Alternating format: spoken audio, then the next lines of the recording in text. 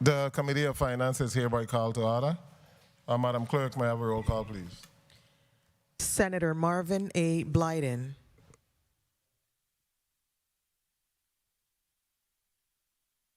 Present. Senator Blyden. Mike. Present.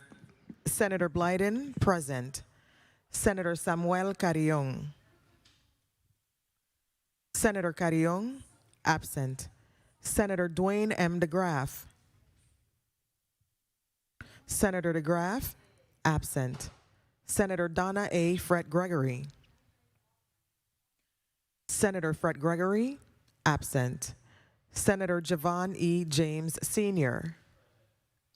Senator James Sr., present. Senator Janelle K. Sarow. Senator Sarow, absent. Senator Kurt A. Vialet. Here. Senator Vialet, present. Mr. Chair, you have 3 present, 4 absent. Thank you, Madam Clerk. Any correspondence? Yes, Mr. Chair. You may proceed. Correspondence dated August 5th, 2021. Honorable Kurt A. Vialet, 34th Legislature of the Virgin Islands, 3022 Estate, Golden Rock, Christiansted, St. Croix, Virgin Islands, 00820.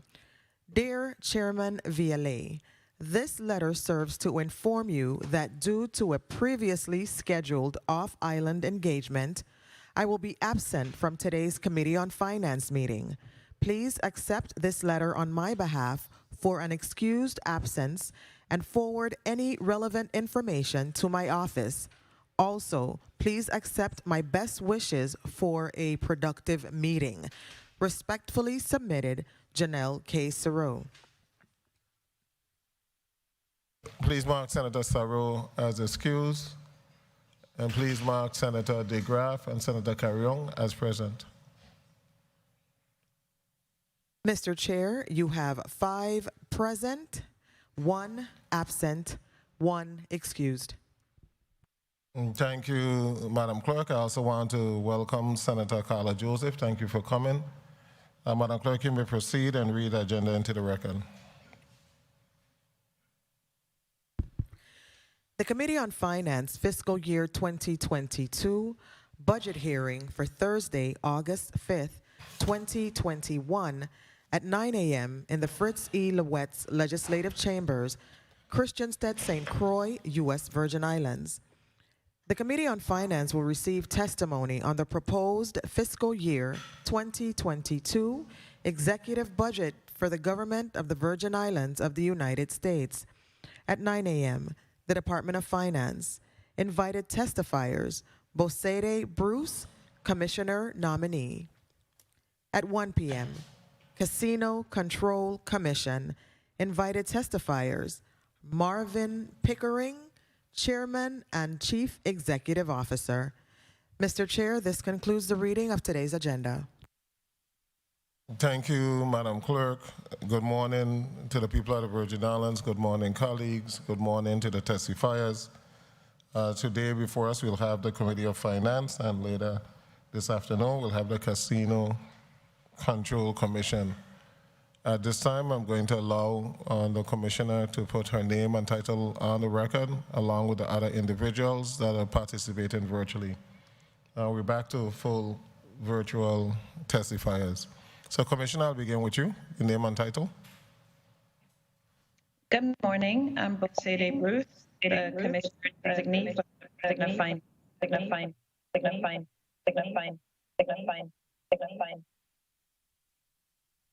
Okay.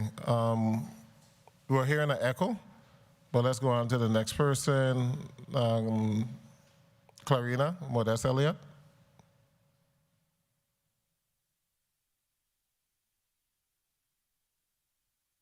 Unmute your device. Miss Modest Elliott, unmute your device. Sorry about that. Okay. Good morning. I'm Clarina Modest Elliott, Executive Assistant Commissioner of Finance. Thank you. Ms. Henry. Good morning. Carrie Henry, Director of Management Information Systems. Thank you. Ms. Benjamin? Good morning, Senator. Rochelle Benjamin, Director of Business and Budget Affairs. Mr. Birmingham, thank you. Good morning, Albert Birmingham, Director of Treasury. Ms. Serrano, thank you. Hi, good morning. Ebony Serrano, Director of Accounting and Financial Reporting. Thank you. Ms. Herbert? Shante Herbert?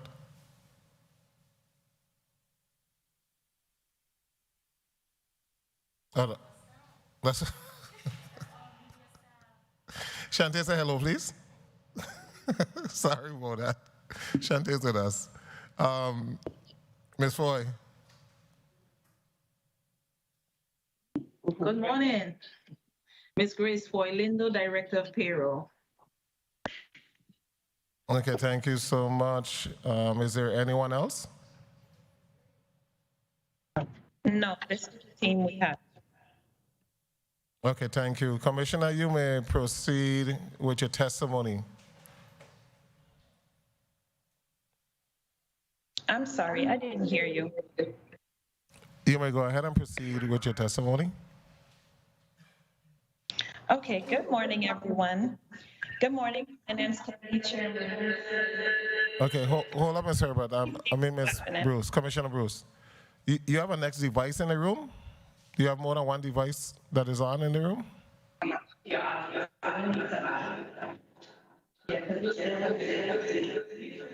Okay, you can only have one device in the room where you're testifying.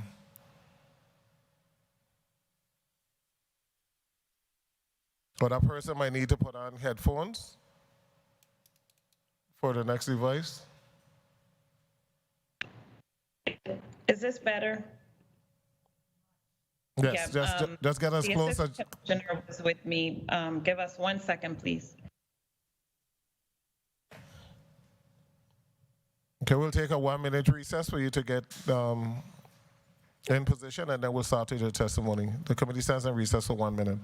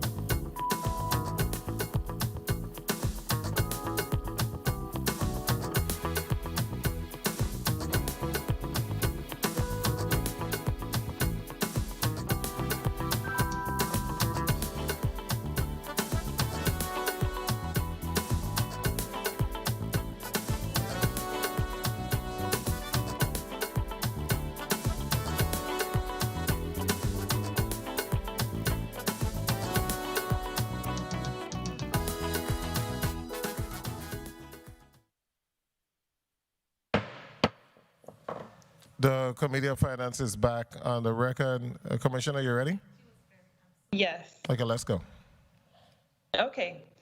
Good morning, Finance Committee Chairman Senator Kurt Violet, Vice Chairman Senator Donna A. Fred Gregory, committee members, Senators Marvin Blyden, Dwayne M. DeGraff, Janelle K. Saru, Giovanni James Sr., and Samuel Carrion.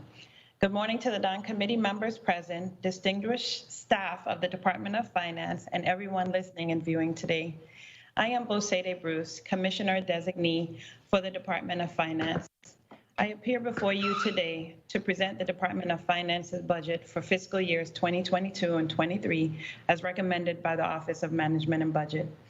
With me are members of my leadership team, Executive Assistant Commissioner, Mrs. Clarina Modeste Elliott, Director of Business and Budget Affairs, Ms. Rochelle Benjamin, Director of Treasury, Mr. Calvert Birmingham, Director of Management and Information Systems, Mrs. Carrie Henry, Director of Payroll, Mrs. Grace Foy Lindo, and the Director of Accounting Operations and Financial Reporting, Ms. Ebony Serrano. Under the direction of the Office of the Commissioner, the department receives its powers and duties as defined in Title III, Section 177 of the Virgin Islands Code, from which it derives its mission to provide oversight of federal and local finances of the government of the Virgin Islands. Execution of these duties are currently carried out by our team of 49 full-time professionals, 38 on St. Thomas and 11 on St. Croix. The Accounting Operations and Financial Reporting Division processes vendor payments and ensures proper recording, monitoring, and reporting of financial transactions posted to the applicable ledgers in the Enterprise Resource Planning System. With a staff of 11, this division is vital to the preparation of the financial statements of the GVI. We oversee the audit and implement measures to improve findings. A newly created position was added to manage the new credit card program in accordance with Act 8309. The government's audited financial statements and single audits for fiscal years 2017 through 2020 fell behind, first due to the 2017 disasters and then subsequently the COVID-19 pandemic.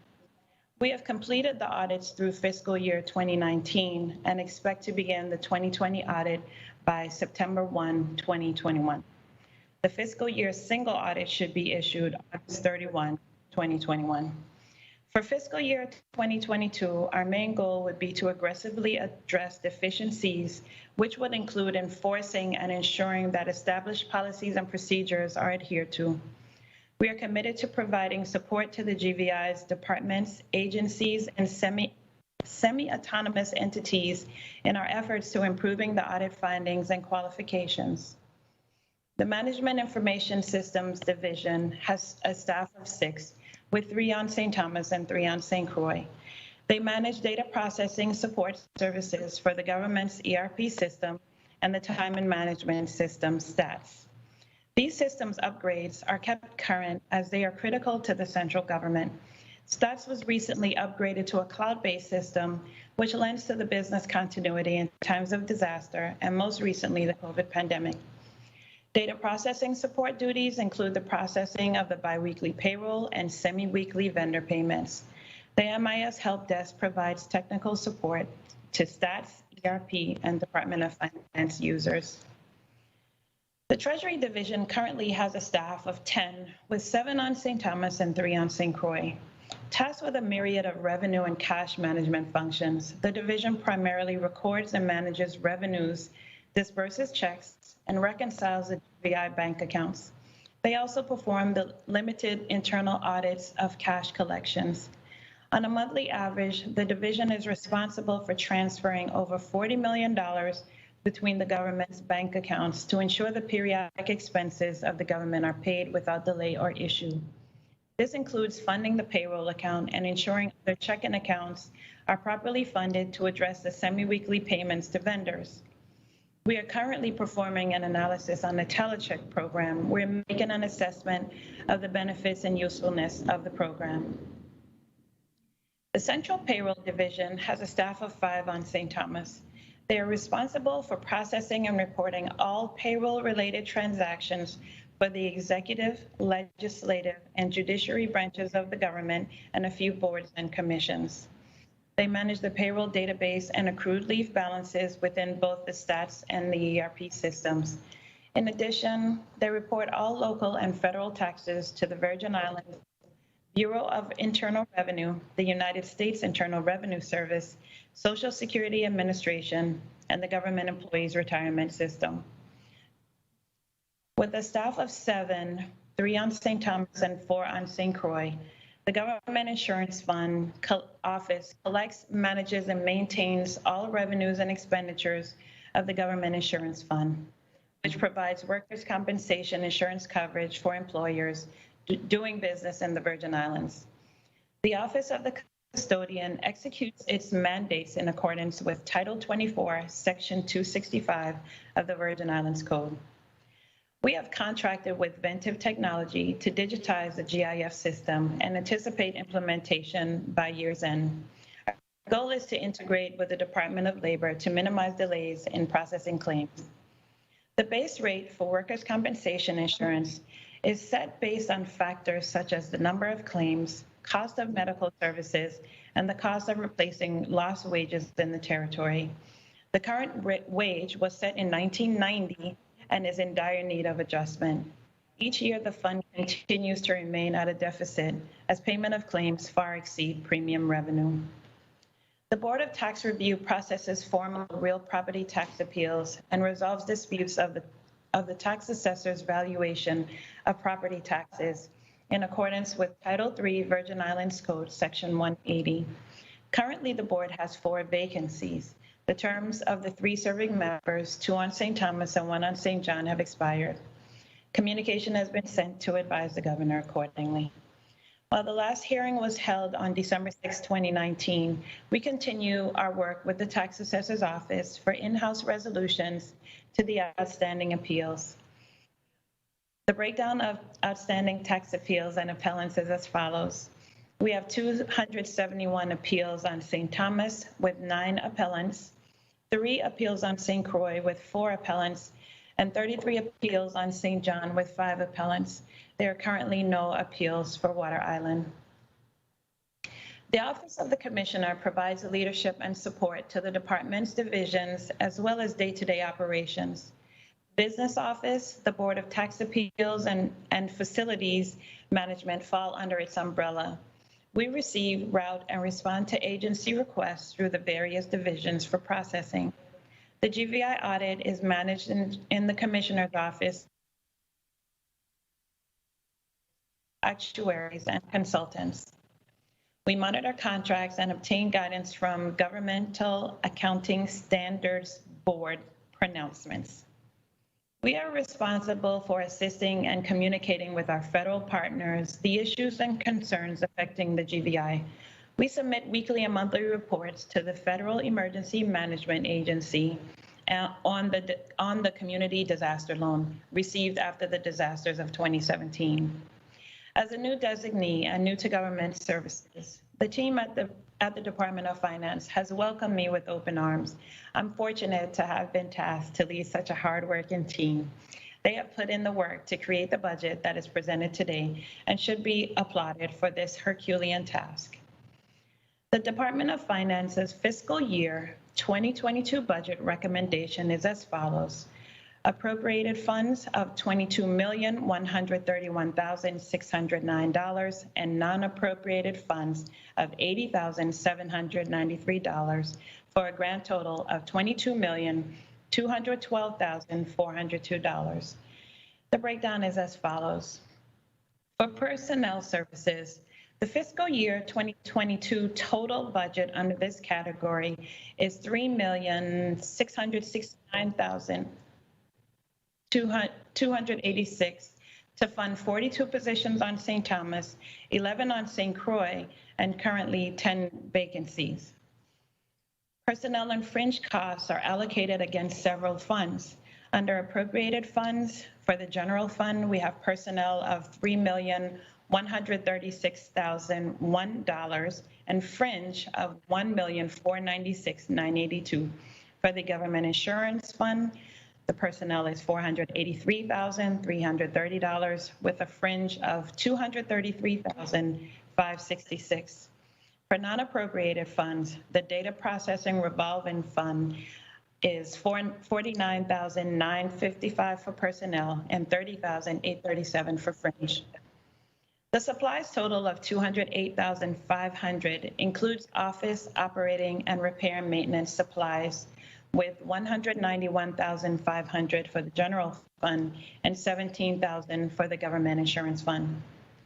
Other services and charges total $15,343,230.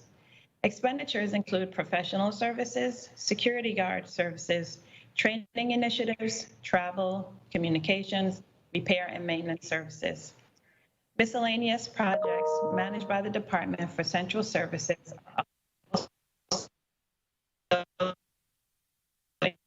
included in this $530,000 miscellaneous funds, $463,230 for the Government Insurance Fund, $241,000, and Indirect Cost Fund, $108,500. In prior years, utility costs were lumped under the single-payer utility fund. The current budget philosophy is to spread the costs across agency budgets, and ours is $380,000, which covers services for the St. Thomas and St. Croix offices. Anticipated expenditures for capital outlays are $850,000. We continue our efforts toward our goal of paperless services by upgrading our aging technological resources and building infrastructure in both districts. Our intention is to create emergency operating centers in both locations, and we need matching funds for FEMA projects. For the general fund, we have $770,000, and the Government Insurance Fund, $80,000. The Department of Finance is custodian of several special funds. These funds and their projected appropriations as recommended by the Office of Management and Budget for fiscal year 2022 is as follows. Transportation Trust Fund, $10 million. Internal Revenue Matching Fund, $43,912,000. Caribbean Basin Initiative, $8 million. Interest earned on debt service reserves, $1 million. And Insurance Guarantee Fund, $14 million. There are no funds allotted for Community Facilities Trust Fund, St. Croix Capital Improvement Fund, Interest Revenue Fund, Tourism Advertising Revolving Fund, Racing Fund, and the Employee Union Arbitration Award Fund. The total in this category, though, is $76,912,000. Our accomplishments to date.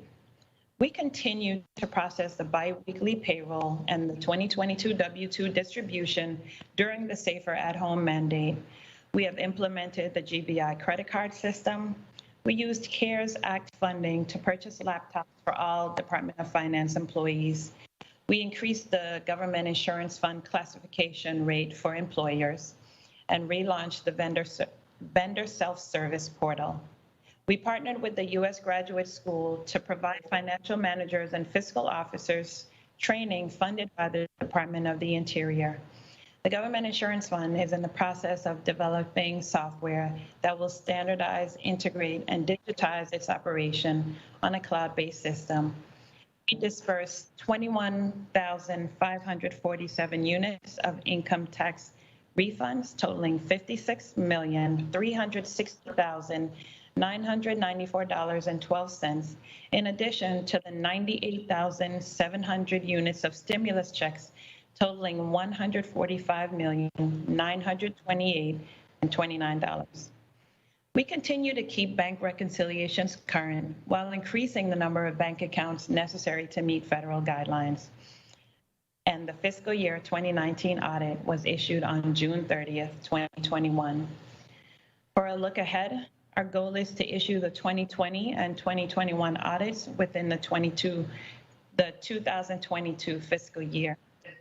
We should complete renovation of the St. Croix building and begin renovations on the St. Thomas complex. We intend to fill all vacant positions with an emphasis on succession planning. We would like to secure support from the legislature to increase the base rate of the Government Insurance Fund. We plan to issue electronic W-2s for the 2021 tax year, and this would be a cost savings of approximately $7,000. Another goal is to increase ACH payments for regular and payroll vendors. The payroll division is working to increase the exit NOPA efficiency. We are focused on meeting the goal of a 100% drawdown rate of federal funds.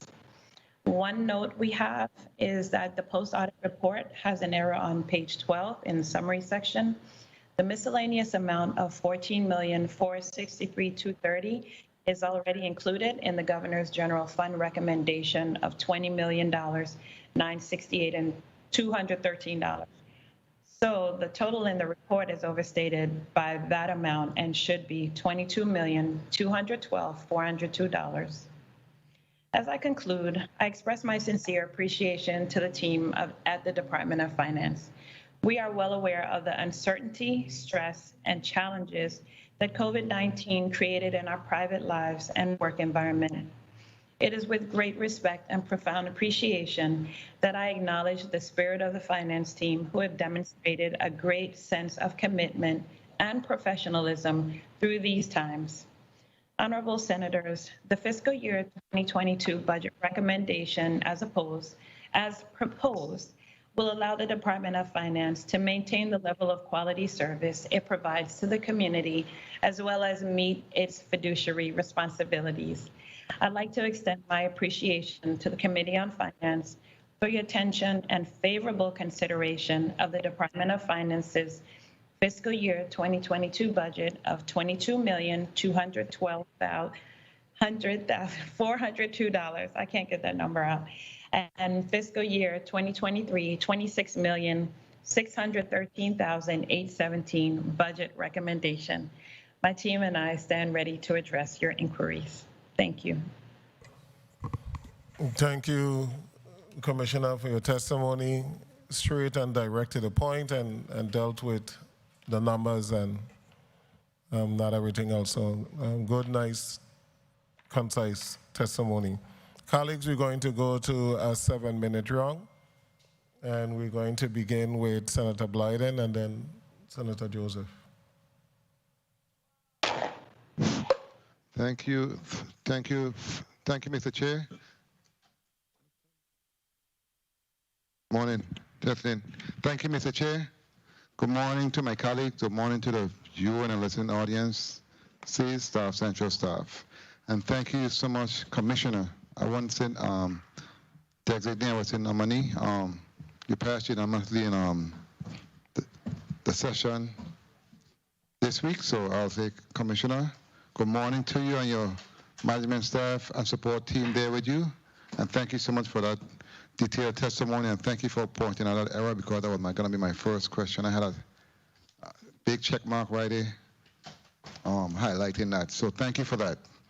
Let me ask you, you spoke to some $40 million that you have been basically dealing with on a bi-weekly basis during this pandemic. How often do you reconcile your bank accounts? Mr. Birmingham. Good morning, Calvert Birmingham, Director of Treasury. We reconcile the bank accounts on a monthly basis. Well, thank you for that. I appreciate that answer. Also, I know that in the post-audit report under, let's go to page, I believe it's page, the vendor payments. I know you have several vendors and several payments that have shown the amount. The amount is there, but there's not a clear picture as to what the status is when it comes to those payments in respect to but first of all, let me ask you, are the vendor payments paid on time, or are you up to date with all of your payments? That might be able to answer the question.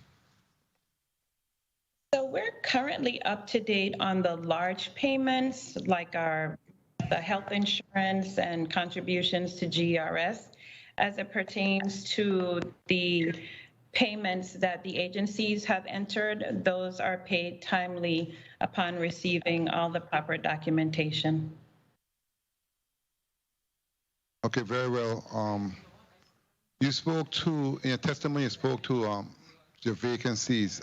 I know you have a chart here with 10 vacant positions.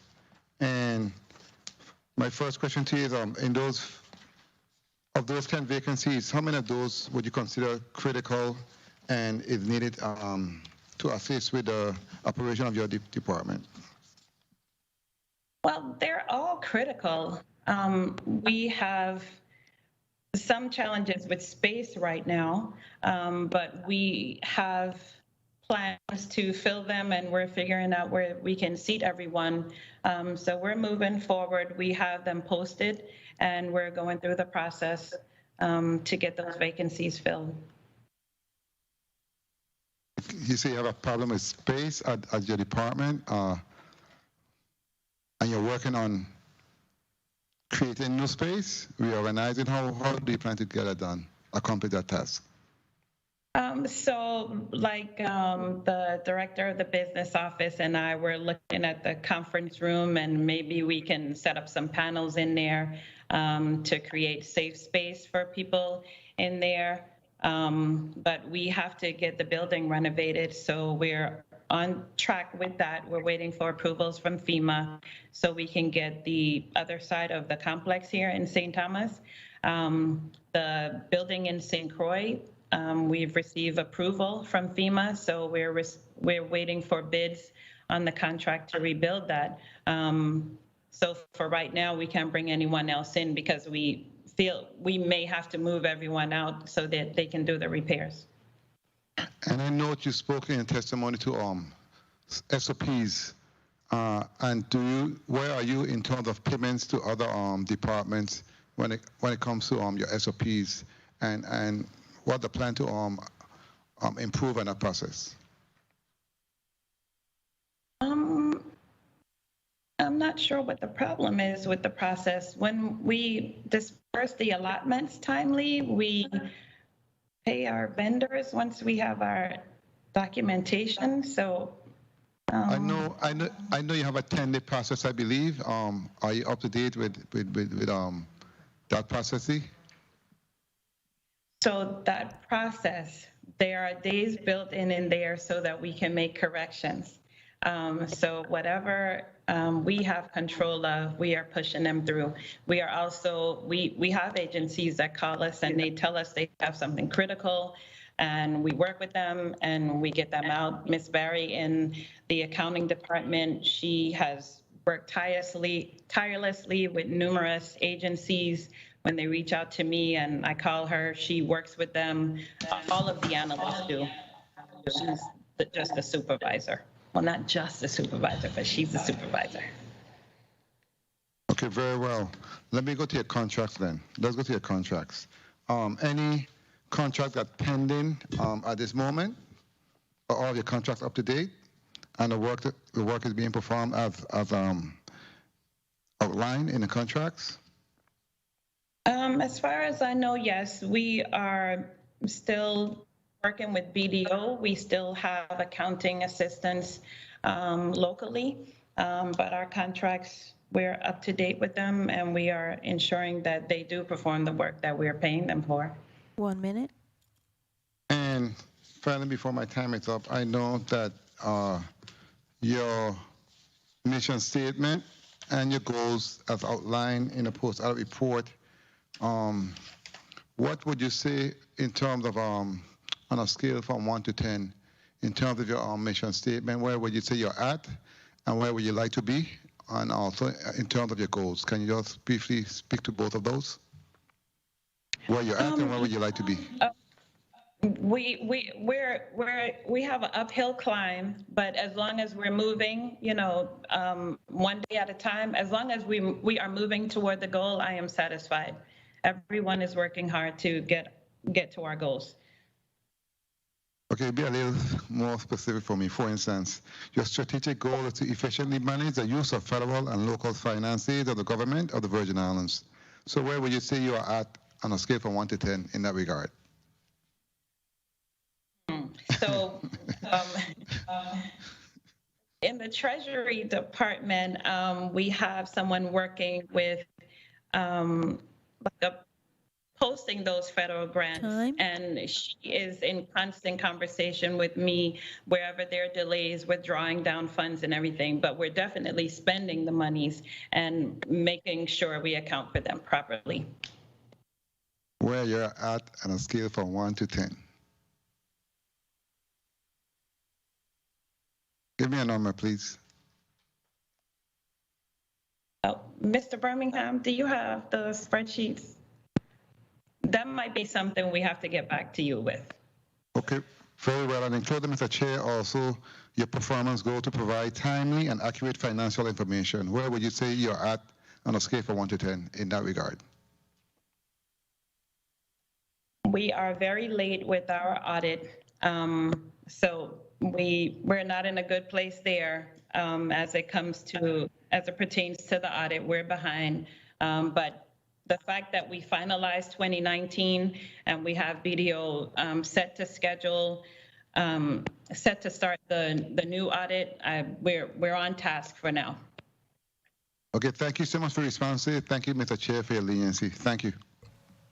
Thank you, Senator Blyden. In reference to BDO completion of the 2020 audit, what's your projected date?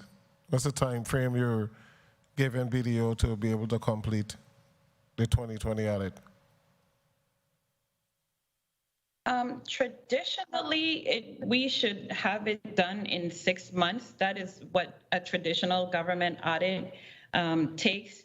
But we're really driving hard and trying to get them to issue much sooner. So we are making ourselves prepared with the documentation and making sure all of our finances are in order so we can submit to them so they can move. But they only move as fast as we give them the information, and we're prepared. Okay, because we are behind. So all efforts that can be made so that we can be able to catch up would be appreciated. I'm looking forward to the day when our audits will be timely, and that would definitely improve our financial position on the bond market. So thank you for trying to speed that up. Senator Joseph, you recognize. Thank you, Mr. Chairman. Pleasant good morning to our testifiers, my colleagues, the viewing and listening audience. Pleasant good morning. I stayed over in St. Croix because I'm normally here to the budget hearings, and I was very pleased to read through Commissioner Designee, and I want to congratulate you, one, of course, for your nomination was approved by the full body this past Tuesday, and so congratulations to you. You will no longer be labeled as Commissioner Designee of the Department of Finance, but indeed the Commissioner of Finance. So congratulations to you. I want to dive right into your testimony. It was well put together, I must say. The only challenge I had in following it was that the pages were not numerated. They were not paginated, but that's the only thing. I really appreciate that you got straight to the meat of the issues. So I do have some questions that were not clearly expounded upon in your testimony. Kindly turn with me, oh boy, to the accomplishments to date. You mentioned under accomplishment to date, the fifth bullet, you said you have a number of employees who are the U.S. Graduate School is providing financial managers and fiscal officers with training, and it's funded by the Department of Interior. Tell me how many employees are participating in this training activity?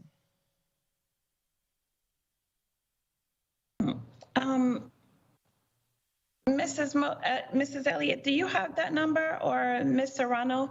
We open the classes up to everyone, and we send email blast out and people sign up, but I do not have the numbers. But most classes are filled and we have waiting lists, and then they come back and do another class because we may have had 30 more people on a waiting list.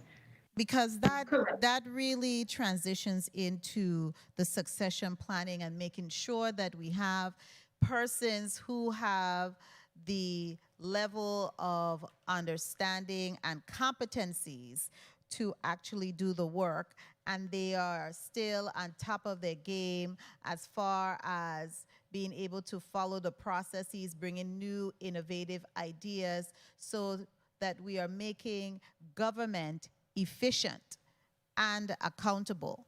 So I would definitely like to get the number. Now, you mentioned in the second to the last bullets that you have a number of bank accounts. How many bank accounts do you have? Do we have for the Department of Finance? Mr. Birmingham? Calvert Birmingham, Director of Treasury. We have 30 bank accounts. And which banking institution are they held at? They are held at First Bank and Banco Popular. How many at first? At First Bank, there are 16 accounts. How many? 16. 16 accounts. And Correct. at Banco Popular? That would be 40. 14, thank you. Okay. Senator, if I may add, regarding your question about how much GVI employees attended I'm the sorry, training. would you be so kind to state your name on the record before you speak? I know who you are, Ms. Modeste, but for the record purposes, be so kind. Clarina Modeste Elliott, regarding the number of GVI employees that attended the training, we started out with the compliance training and we had about 106 attendees. And the intro to government accounting, we had 3 sessions with 40 attendees. And these attendees are throughout our government services, correct? Yes. Did you have a high number from the Department of Human Services? Well, if you could provide to the chairman how they are divvied up as far as who participated in the training, because it's critical with Department of Human Services as well as Department of Education that because they receive a lot of funding that we have, and they're 2 of the biggest departments that we have in government, that we have sufficient persons there who are well trained to manage the money, so we are not sending back any money to the federal government. All right, now to continue, I wanted to ask, under your accomplishments to date, again, on that area, bullet number 7, where you talk about the government insurance fund is in the process of developing a software that will standardize, integrate, and digitize its operation on a cloud system. Do you have a time frame, and what is the associated cost with getting this software up and running? Because that helps us save money. And also, it also allows us to have a level of documentation retention, because if something happened, another natural disaster, we have to have some way to be able to collect those documents. 1 minute. Clarina Modeste Elliott, we intend to fully implement by the second quarter of 2022, and the cost of the contract is $287,000. And who is the vendor? $287,000? Yes, Ventive Technology. Okay, thank you kindly for that. Now, my final question is relative to all of these funds that the Department of Finance has oversight of. What are the balances? We have a post-audit report here on page 11, and it gives a listing of all the balances that are available in these funds that the department has oversight of and responsible for. Are these balances correct to date? What is the to-date balances in these accounts? The Caribbean Basin Initiative. I'm sorry, Mr. Chairman, my time has been called. May I conclude, please? You may. Thank you kindly. The Caribbean Basin Initiative, crisis intervention, interest revenue, so on and so forth. Are you with me, Commissioner Bruce? You following me? What are the balances? Yeah. Ms. Serrano will speak on the balances. To date, as of? Good day, Senator. Ebony Serrano, Director of Accounting and Financial Reporting. We do have all those funds and the balances that we provided in the post-audit report as of the third quarter of fiscal year 2020. And the fund balances for GPI are managed in different ways. For example, there are transfer-ins that happen through appropriations. The funds also receive monies through deposits at departments and agencies. So as long as the deposits are timely and the departments are, processing their payments, to your question, the fund balances are as accurate as the information that's included in there. As for the Caribbean Basin Initiative Fund, that fund is currently in the red. It's $11 million. And we also have, I believe you asked for interest revenue fund. Well, That I asked for all of them, and my purpose for asking for this question is to see and understand your timeliness in reconciling the accounts, these balances, based on what. yes. So that's really the thrust of and the core of my question, because I know in the commissioner's testimony, she indicated that, they're working on reconciling a lot of these funds, and to understand your time frame in reconciling the funds. So if you're saying as of March, these balances are current based on what we have here in the post-audit report, then my next question would be, what is your standard operating procedures to reconcile these funds? Do you do a reconciliation? Most people, when they're doing their reconciliations, they do it on a monthly basis when they get their bank statements. So what is your time frame to do reconciliations? That's my final question, Mr. Chairman. I don't want to abuse my time. Thank you, Senator Joseph. Do you have an updated balance, Ms. Serrano? Yes, the fund balance is as of the third quarter, which is as of June, not March. Okay, so And we also review these funds on a quarterly basis. okay, the one that we have in the post-audit report is of March 31st. So you can just give us the updated numbers, please. Yes. So which fund specifically? Because just go down each of them, starting with the Caribbean Basin Initiative. Yes, so that one currently is in the red by $11 million. We have the interest revenue. That one is in the black, $91,830.40. We also have the crisis intervention. That's the second one in the list. Can you do crisis intervention? Sure. The Crisis Intervention Fund has in $2 million. Internal Revenue Matching Fund? The Internal Revenue Matching Fund currently carries a negative balance of $24 million. St. Croix Capital Improvement? St. Croix Capital Improvement has $2,170,894.74. Tourism Advertiser Revolving Fund? $50 million in the black, $50,303,342.98.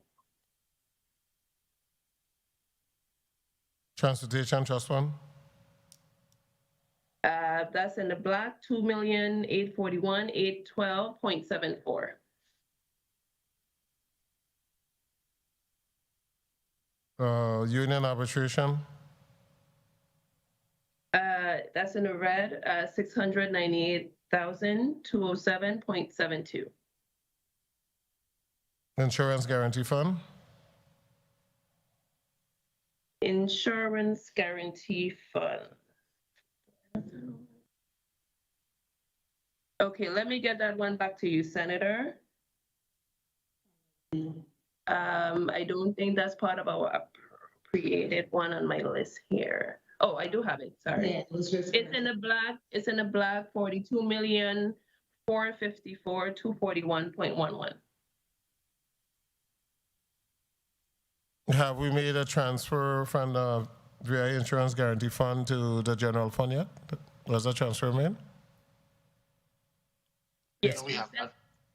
we've sent correspondence to OMB. So as soon as they allot the funds, we will then make the transfer. But I'll let Calvert conclude. Okay, who's gonna comment? Calvert Birmingham? You said, ma'am, Calvert? Yes. Okay, go Calvert ahead. Birmingham? No, we have not made that transfer to the general fund this year. Okay, what was the amount that we had pegged? Do you remember how much we were transferring over? I think the transfer for the general fund is 14 million for this fiscal year. Okay, and we had it capped at 25, right? I think it's 25 or 30. I'm not sure which one exactly. Okay, I will look. I think it's 25 because we have been trying to increase it gradually every budget cycle. So, okay, thank you so much for that information. Senator Fred Gregory, thank you for coming. Senate President is here. Thank you for coming. I have a point of inquiry, Senator. Point of inquiry, Senator Fred Gregory.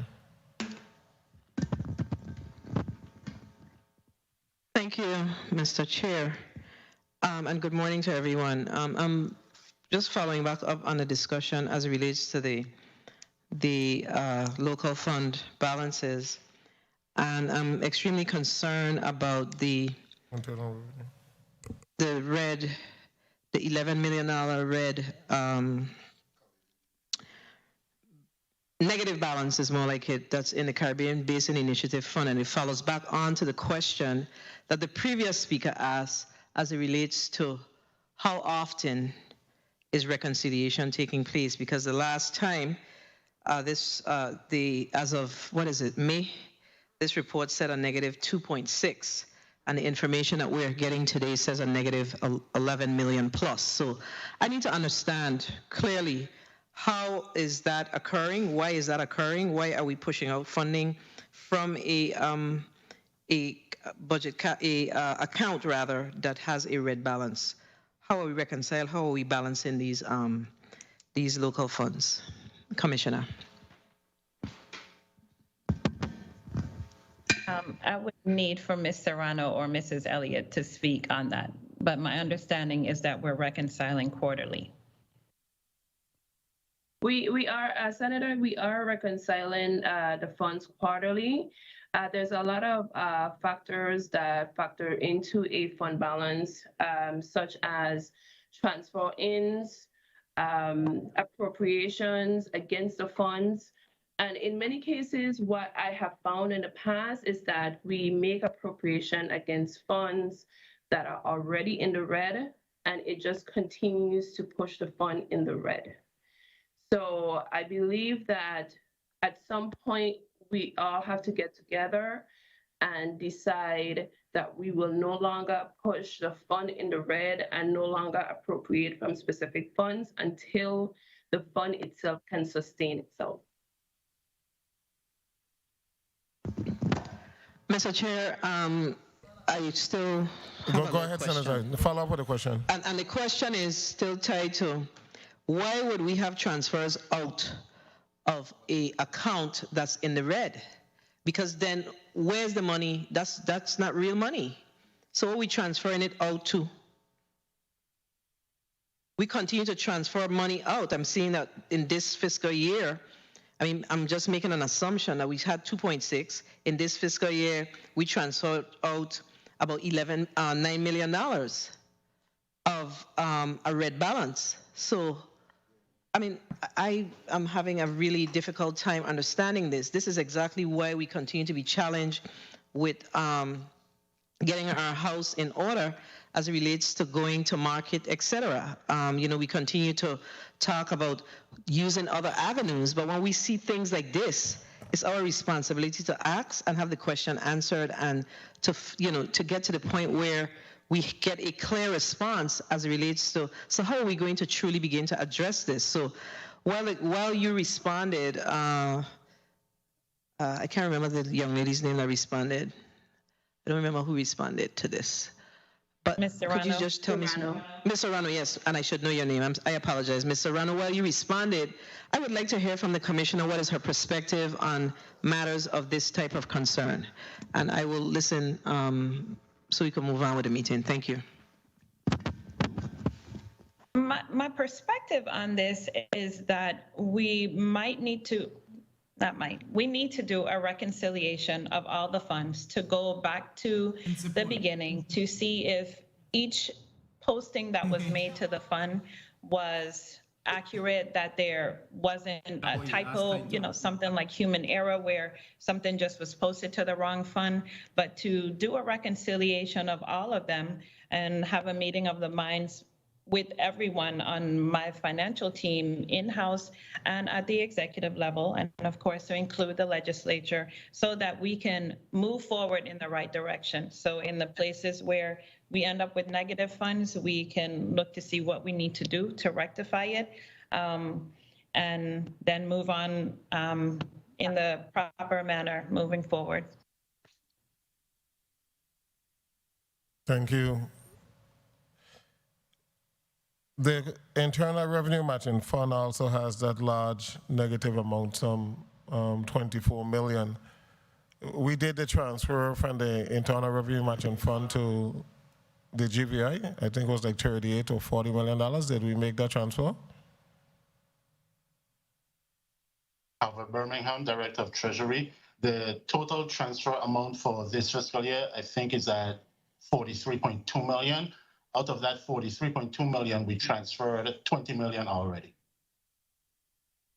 to the general fund. So we did not transfer the full 43. I'm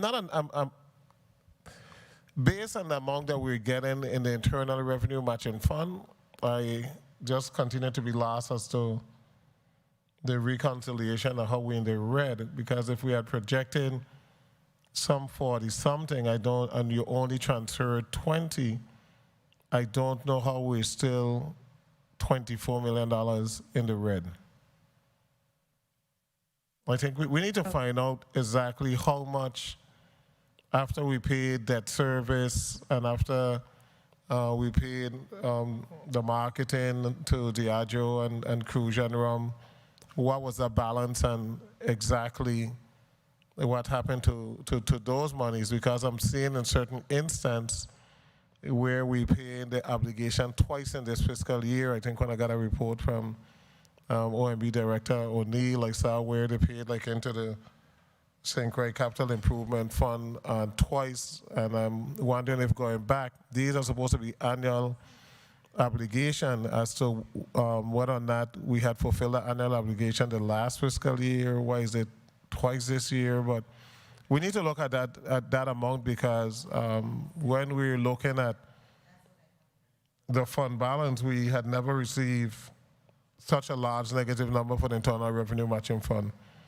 So we're making appropriation based on what we think is in the account, and when we think the account is in the black and it's not, then this has an impact. So the next cycle, if we have a $24 million deficit, the next cycle that we receive monies, we have to settle out that deficit, because where is the money coming from? Senator, allow us to do a detailed reconciliation and get that over to you. Okay. Thank you so much. Senator James. Thank you, Mr. Chair, for the time. I see that where you made mention, well, good morning to the people of the U.S. Virgin Islands, and congratulations on your recent approval by the full body for your nomination as Commissioner of Finance. And I wish you the best in your endeavors. And like my previous colleagues made mention, their testimony is precise, to the point, and it speaks to the numbers.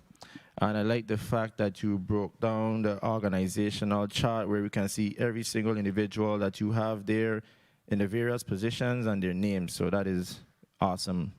It's very rare that we see that. But the pages aren't numbered, but you said here in your testimony, we disbursed 21,547 units of income tax refunds, totaling $56,360,994.12, right? And I know in Title 33, Chapter 111, it speaks to the various funds in the Treasury of the Virgin Islands. And in addition to that, in Title 33, Section 1102, subsection B, it speaks to the Director of the Bureau of Internal Revenue shall maintain in the general ledger of the general fund in the Treasury of the Virgin Islands an account to be designated the Reserve for Internal Revenue Tax Refunds. And my question is, there's a certain percentage that should be held from the collection of income tax collections to be credited to the reserve account. I just want to know, what role does the Department of Finance plays when it comes to the Reserve for Internal Revenue Tax Refunds account made mention in Title 33, Section 1102, subsection B? Anyone? Calvert Birmingham, Director of Treasury. So the 10% set aside is from the corporate and individual taxes collected by the Bureau. It's incumbent on the Department of Finance to disburse tax refunds equivalent to that total that's set aside. So I'm assuming that there are ongoing conversations on a monthly basis regarding that 10% and making sure that we have that put aside? Correct. All right, just making sure. So as of today, how much do we have in that reserve account? I don't see it mentioned anywhere here in the testimony or in the breakdown, and if you did, my apologies. So in the reserve account, what we have collected thus far for this fiscal year is around $44.3 million. 44.3. Correct. Because I must say, go ahead, proceed. So I was just going to say that, so we have disbursed more tax refunds than what should have been set aside. All right. As it relates to Section 1102B. All right. No problem. Thank you for that information, because it's very important for us to make sure that we pay attention to those numbers. And prior to when you answer the question, is there anywhere in this testimony that speaks to that total that you just made mention of $44.3 million in this breakdown before us today? Where can I find that information in this budget or in this testimony? So it's not, Calvert Birmingham, Director of Treasury, it's not in the Commissioner's testimony, Senator, but I do have the information personally. Okay, thank you. And there was a court mandate for GRS, and I see that there was a total of $527,154 for the 2020 actuals. Can someone provide a status update on the funds and what was done with that?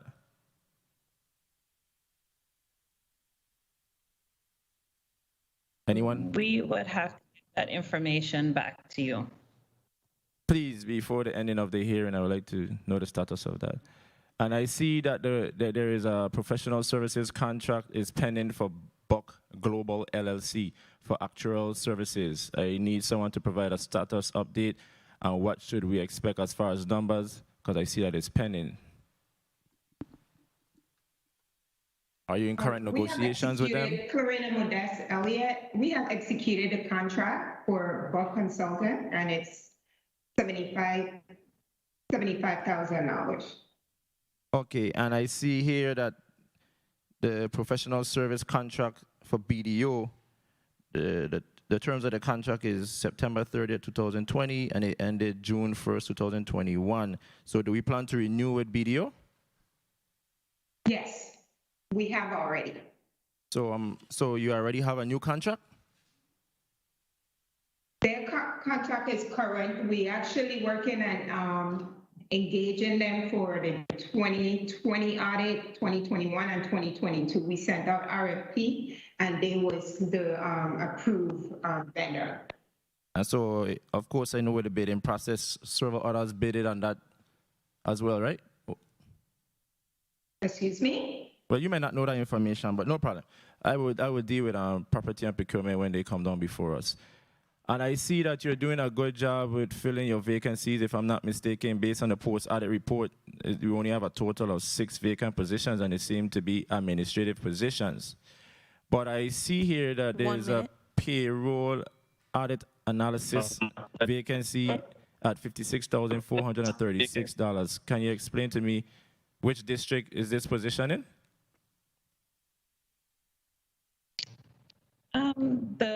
In the St. Thomas district. And I'm assuming that all of them is in the St. Thomas district, right? No,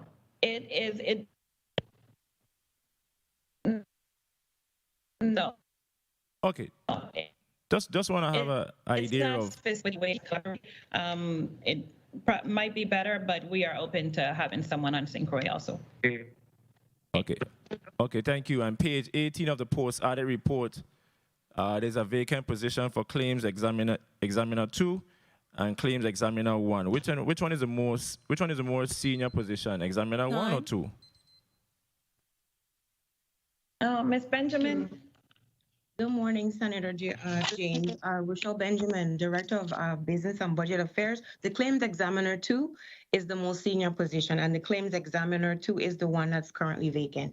Yes, that's what I meant to say. Vacant position for claim examiner 1. I mean, 1 is filled, and it's 2. I just wanted to know the difference between 1 and 2. So 2 is the highest, because I'm going to say, why is the salary for 2 higher than 1? But you were able to explain that to me. My time was called. I just want to ask one last question. I see that you have here some capital projects. Can you just explain to me, with the funding that you're requesting, I think it's some maintenance as well. Are you doing some adjustments to the building? Oh, yes. So the St. Croix building, like I stated, it was out for bid. We're waiting for bids for that one. We need to do repairs since 2017. Here in St. Thomas in the complex, we are at the final stages of getting it approved by FEMA, and then we have to provide the 10% matching funds. But we have a lot of work to do for both buildings. And last but not least, I just want to say, when it comes to the Department of Finance parking lot in the district of St. Croix, something needs to be done. Some communication needs to be done between you and the Commissioner of the Department of Public Works to get rid of those large craters in the parking lot. It's a real bad experience. And thank you, Mr. Chair, for the time. Yes. So just to respond, the Commissioner of Public Works and the Administrator in St. Croix, the 3 of us are working on that to get it fully paved. Okay, thank you so much. So, Commissioner, you have 8 vacant positions, and you're seeking an additional 4 new positions, correct? Yes. Okay. I'll go with that. And the breakdown of those positions, how many in each district? Ms. Benjamin? Senator Verley, can you repeat that? You kind of broke up at the end. Oh, I'm sorry. You have a total of 12 positions that are needed. 4 are new and 8 are vacant. Can you give a breakdown as to how many in each district? Right now, Senator Rochelle Benjamin, Director of Business and Budget Affairs, we have, at this present time, it's going to be 1 position in St. Croix, our GIF clerk, and the remaining positions right now are going to be in St. Thomas. So 1 position in St. Croix and 11 in St. Thomas? Yes. It'll be around 11 of them, Senator. The majority of those positions that we're filling happened because we had people that may have resigned, people that may have retired. We had promotions, and that's what elevated it to be up to about 11 positions. So the majority of them were in the St. Thomas district. Yeah, about positions. Once you find somebody that's qualified and meet the criteria, does it make a difference which district they reside in? I don't think so, Senator. No. But the commissioner can certainly expound on that. I don't think so. So, Commissioner, the positions will be advertised for both St. Thomas and St. Croix, as long as we can find individuals who meet the specific skill set? Yes, so in my learning of the process, these positions are posted by district. They say St. Thomas, St. John, or St. Croix. So the team is aware that I am open for having staff anywhere as long as we're looking for good qualified people. Okay. What I'm trying to say, when the positions are listed, are the positions going to say territorial? If it says St. Thomas, St. John, then even if you have the qualifications here in St. Croix, you wouldn't apply for that particular position. Now, there's some positions where I know, like you want an executive secretary. If they're the secretary to the commissioner or assistant commissioner, of course, that position needs to be on St. Thomas. But the other positions, claims examiner, administrative officer, those type payroll audit analysts, can those positions be territorial, and we look within the pool of qualified individuals in the Virgin Islands and not in one district in particular? Yes, they can be. I just was unaware that we could post it that way and say territory-wide. My understanding is there are specific codes, and you put this in and you have to choose a district. So but I'm sure that payroll, I'm sure the personnel office can work that out. Now, a question I have: you have a capital assets coordinator vacant position, but you're hiring a special projects coordinator. Such a small entity need its own separate special projects coordinator? Yeah, so capital assets is an accounting position. Yeah, so the projects so capital assets, that coordinator is for all of GVI, so everything we purchase. We work very closely with the capital assets division at property and procurement. Okay, so that one is fine. I'm talking about a special project. That one is fine. I understand that one, and you definitely need that. I'm just the special projects coordinator. Couldn't ODR help you with that particular position? Yeah, which one is special projects, Ms.? If I may respond, Commissioner and Senator Vele, I think the wording under those two positions got cut off. It's not a special projects coordinator, it's a special projects facilities coordinator.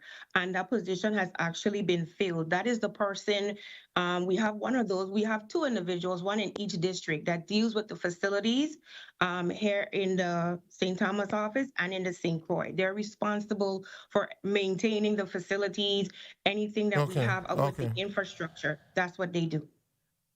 Okay. And the capital assets coordinator position has been filled. It has been filled. Any of the other vacant positions or new position have been filled? The special projects coordinator position has been filled. The capital assets coordinator position has been filled. Good. And we have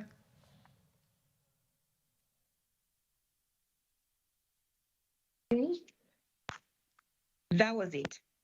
That was it. The other positions are new and are still waiting to be filled. Okay, Commissioner, why do you need two executive secretary? I don't need two executive secretaries. I only have one. Before I came in, there was an executive secretary PRF process so that I could have one because the current executive secretary, she was moved into a different position. So it kept those two open. And now I asked for 75,000 for a new position so I could get a higher level accountant to assist our team. But my executive assistant actually was somehow the coding for that was used for my executive assistant was used for that new $75,000 position. So we have those two open, but I'm going to redirect them to the accounting departments or accounting and payroll treasury departments. So you're doing a delete, create, eliminate one, and eliminate one of the executive secretary and move it to an accountant at a higher pay? Yes. Okay, good. Senator DeGraff, you're recognized.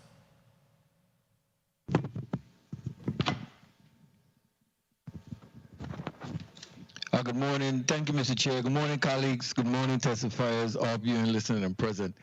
Commissioner, congratulations. I like to start off employees first. Commissioner, how many unions do you have in finance? Unionized, yeah. Ms. Benjamin, is it 2? We have the United Steelworkers supervisor and rank and file.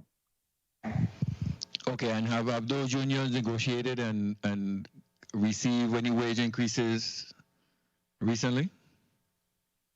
Senator, the last increase that the union received was in 2016 to accommodate the years 2010 to 2013. Currently, we are going through negotiations at this time. Negotiations have not concluded. So we're going through that process right now. Okay, both unions are going through negotiations now? I know it's the Steelworkers Master. I'm not sure if they're, I don't think it's the supervisory union, but it's the Steelworkers Master that is going through negotiations right now. Okay, so you have any GS employees? We have one. Yeah, have They were just received recently placed on the GS. They were just recently placed on the GS scale in October of last year. And did they receive the wage increase? Yes, they did. Okay, good. Now I noticed in the post auditor's report, Commissioner, how many divisions do you have in at finance?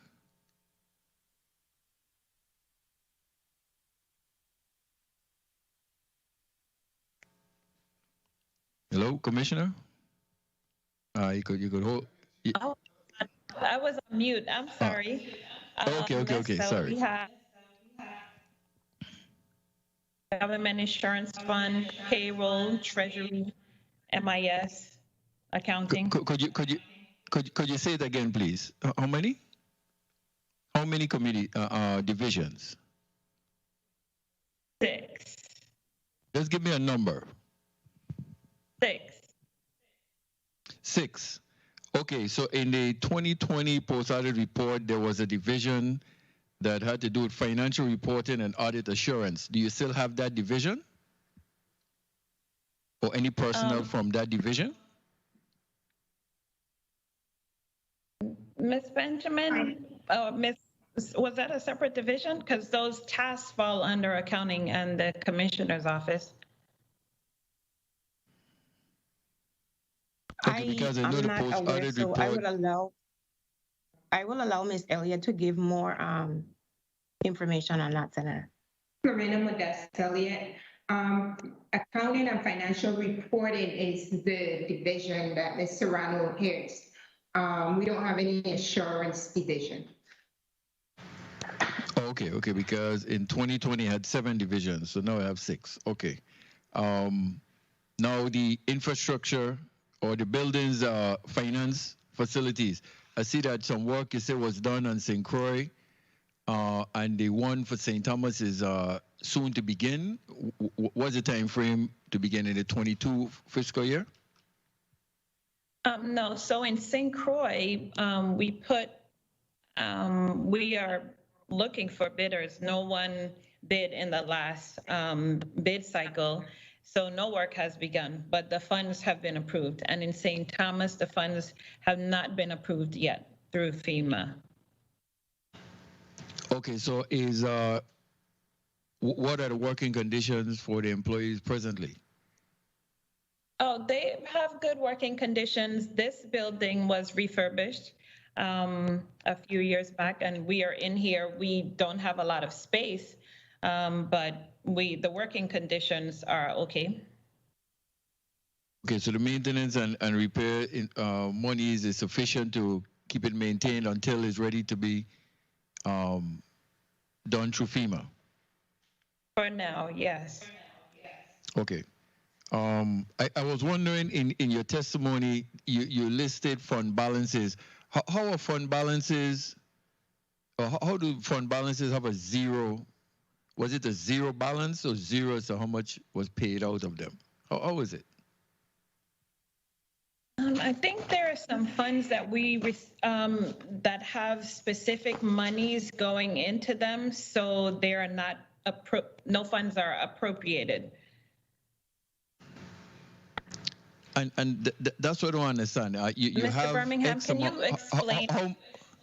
How many accounts do you have at the Treasury in finance? How many accounts do you have? Bank accounts? No, the accounts that you mentioned, the fund balance, the funds that you have, the insurance guarantee fund and the Caribbean Basin, how many of those do you have? Because you have some listed as zero.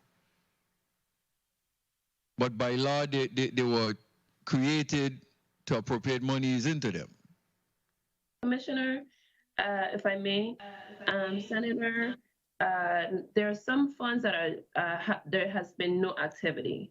So it was appropriated, it was created by law, but there was never any funds to transfer into that fund, or there was never any revenues generated for the fund, or there was and as such, no expense activities for the fund. There are some funds like that. So is your job to monitor those funds again, to let everybody know, like you said, to have the insurance, the wood fund, the Rumcov over fund, to have $24 million is in the red? How is that allowed to happen? That's what I don't understand. Does it need more personnel for these divisions to address those things, to monitor them? Like I said before, Senator, for every fund is different. For the Internal Revenue Matching Fund, those funds are really about transferring out of that fund to sustain other funds. So, for example, you have debt service medical school, you have UVI scholarship, you have monies going over to St. Croix Capital Improvement, you have a UVI scholarship transfer from those funds. And so as such, OMB will budget for those specific appropriations, which will reduce the fund because we can't spend against a fund that we have monies that we could allot at any time. So although the fund will be $4 million in the black, we have to take into consideration the fact that there were appropriations against the fund in a specific year, and we have to put aside those funds for when OMB is ready to allot those funds for us to be able to transfer out at the Department of Finance. There's quite a bit of transfer out for 2021 out of that fund. But like my commissioner said, we will provide the detailed specifics so everyone could be able to see exactly what we're talking about. Time. Mr. Chair, your vacancies are low for the great job that is being done in finance. I think. Do you have sufficient manpower to continue these great jobs?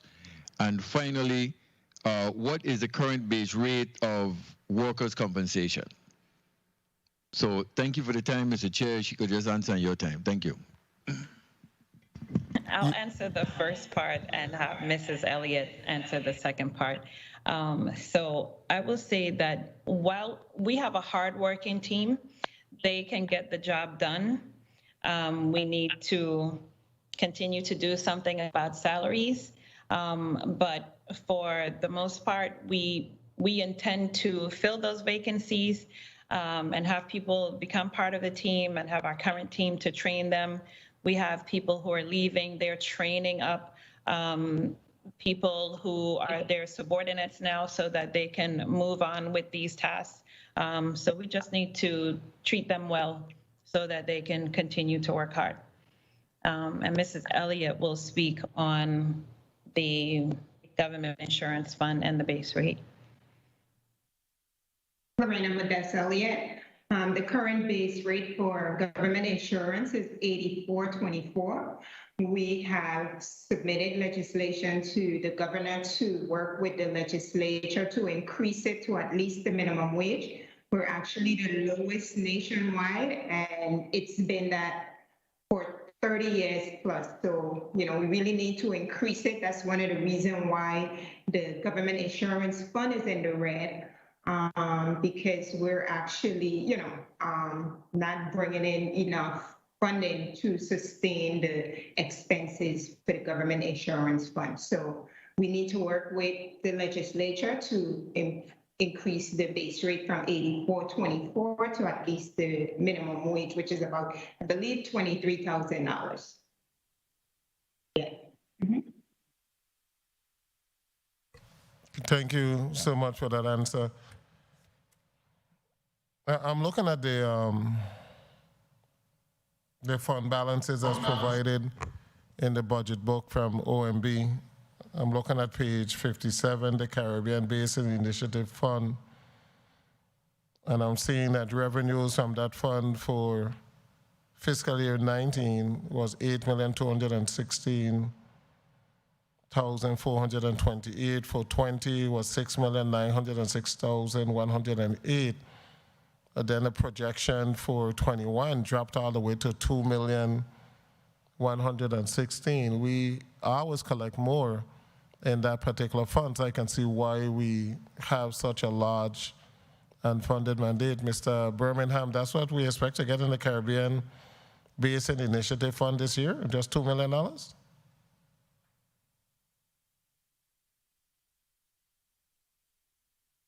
No, Senator, we actually have collected more than that thus far. Because with that $2 million that was projected, that is where we got the $2,665,000, if you look at the budget book, which is indicated in the post-audit report. But I know we collect more than that. So we shouldn't have even had a negative in March. How much have we collected thus far in that from the Caribbean Basin Initiative Fund for Revenues? What's the collections? Okay, so far this year we have collected $7,503,104.91. Okay, so if I apply that $7 million, that's a $5 million difference from what was projected, which should have made available for budget. I'm seeing on that page at least $3 million. Are you saying that against that $3 million, you still have some 11? So that's like $14 million we draw down from that fund, and we have an $11 million deficit? That's almost impossible. Now, let me ask the next question. How much did we receive in the internal revenue matching fund and revenues this year?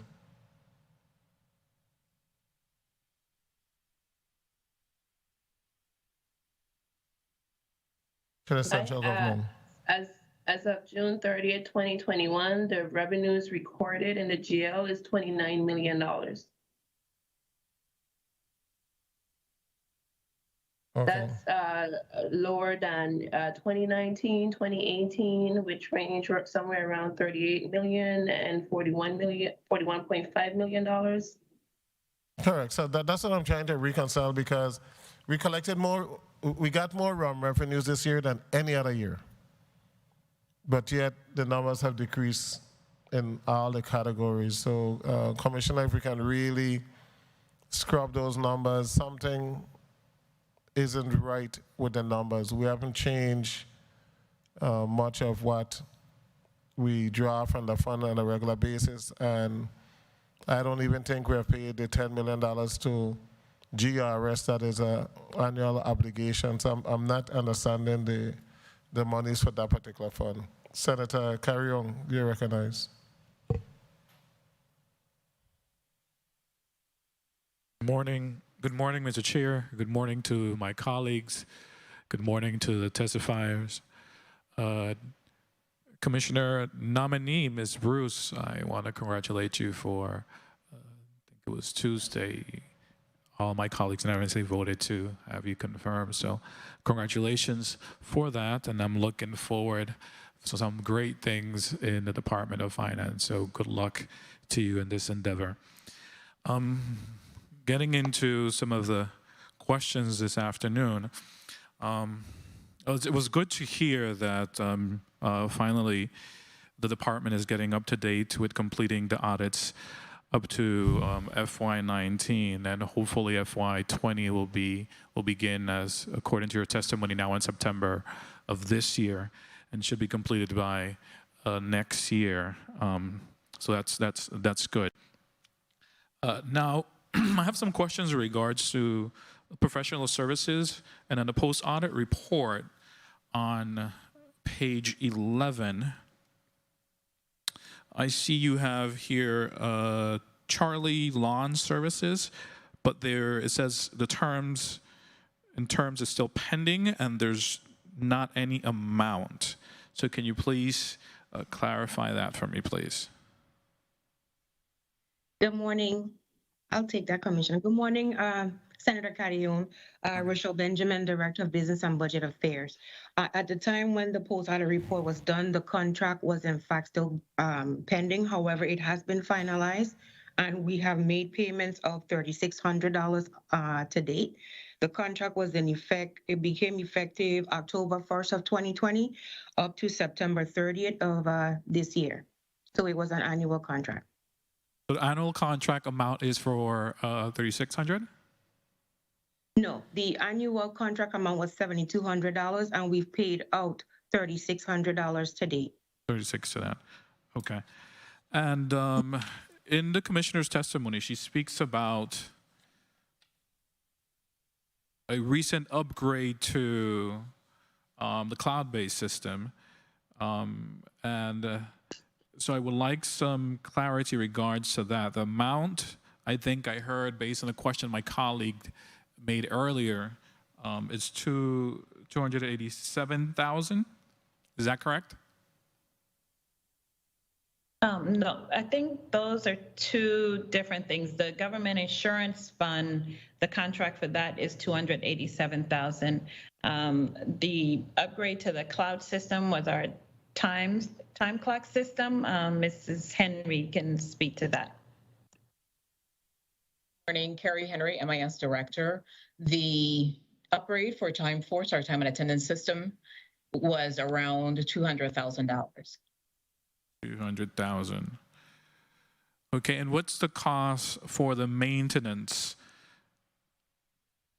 of this cloud-based system? Now that we will be cloud-based, our annual maintenance would be $170,000 annually. 170 annual. So why isn't that included in the professional services in the post-audit report?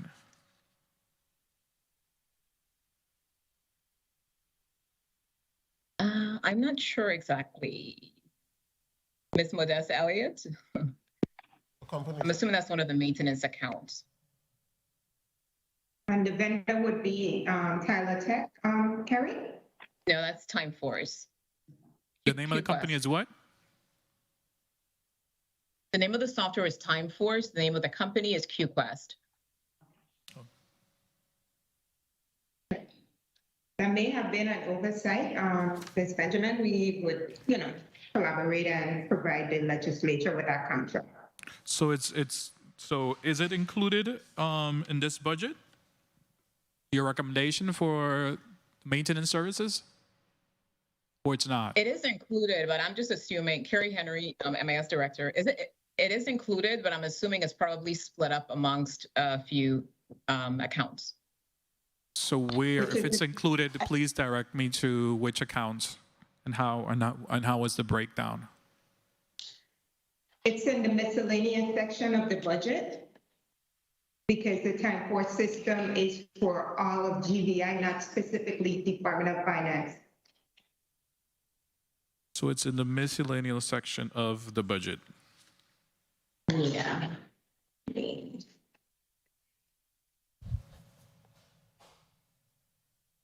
Can you guide me to page 238? Okay. All right, I'll take a look. So I guess it was just an oversight and inclusion in the post-audit report. Now, can you please elaborate a little bit? I see that also in the post-audit report in Exhibit 3, you speak about training, and I see $10,000. I believe that's a very small amount considering the size of the organization. So can you elaborate in regards to that?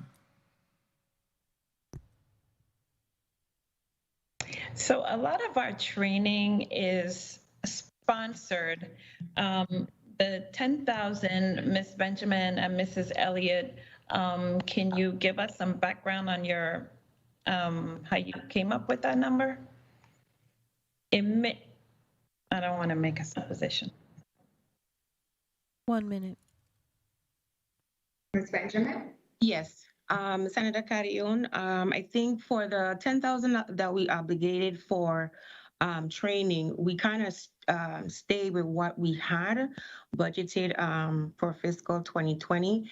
As the commissioner has indicated, a lot of the training, yes, is sponsored, and a lot of the training that the staff has been attending right now has been online.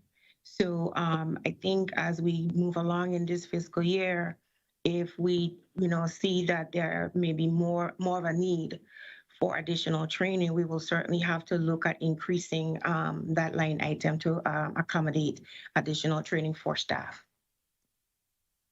Okay. And can you give me a little breakdown of other services?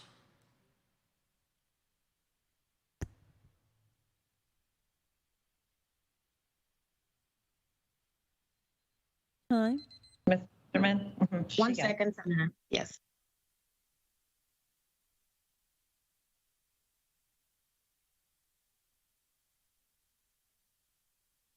And then while you look for that, I'm also looking at your communication, which is $181,000. Can you care to explain what does that encompass?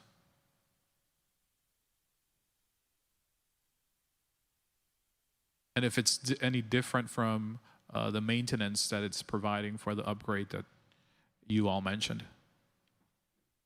Yes, Senator, I'll work my way backwards. So for the communication, that covers our VIA, it covers our long distance, it covers cell phone, it covers postage. The majority of those costs are considered under the communication line item. For the other services and charges, under other services and charges, in that category, we have our miscellaneous non-appropriated funds, and of that amount, we also have our other services and charges for the department. Okay, and thank you for clarifying that. I think my time has been called. Mr. Chair, if I may, just in closing, I am concerned in regards to the conversation that my colleagues had earlier in reference to the reconciliation of the accounts. And I just have a question, because if I understand correctly, the testimony was that the reconciliations are done on a quarterly basis. Is that according to the policies and procedures that you have within the department? And also, is that the best practice standard nationally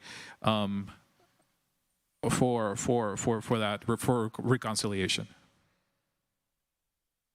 And thank you, Mr. Chair.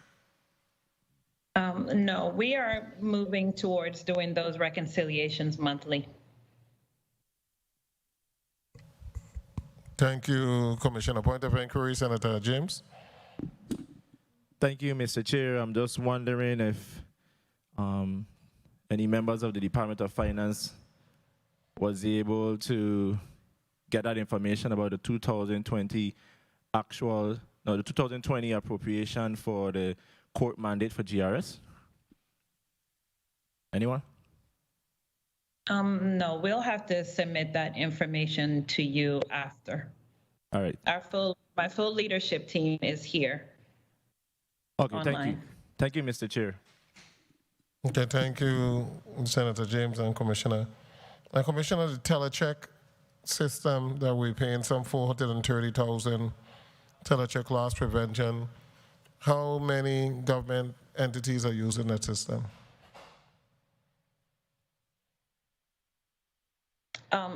First, before I let Mrs. Elliott give you some details, because she's working on a project with that, the 400,000 is what we have budgeted, but it is a pay-per-use system, so we have not been spending 420,000, not for this year, not yet. What's the actuals for this year that we've been spending? What was the actuals for last year? I'm saying the actuals for last year was some 86, and in your report, 66,677. It's on page 238 on the budget book. If we're not up to that amount, I don't understand why we keep on projecting the same amount when we're not even close to spending that. Right, so that's why we're looking into it, but we would like to keep those funds because being able to use the system, we're hoping is, giving us a better cash flow. But we are currently working on a project to make sure that the entities are using the system, using it properly, so that we're securing the funds that we receive via check. Okay, and I do agree that you need to keep it, but I don't know if we need to keep it at 430. We could give you $200,000 and you're not going to spend that, based on the numbers from last year. And what's the actuals of this year?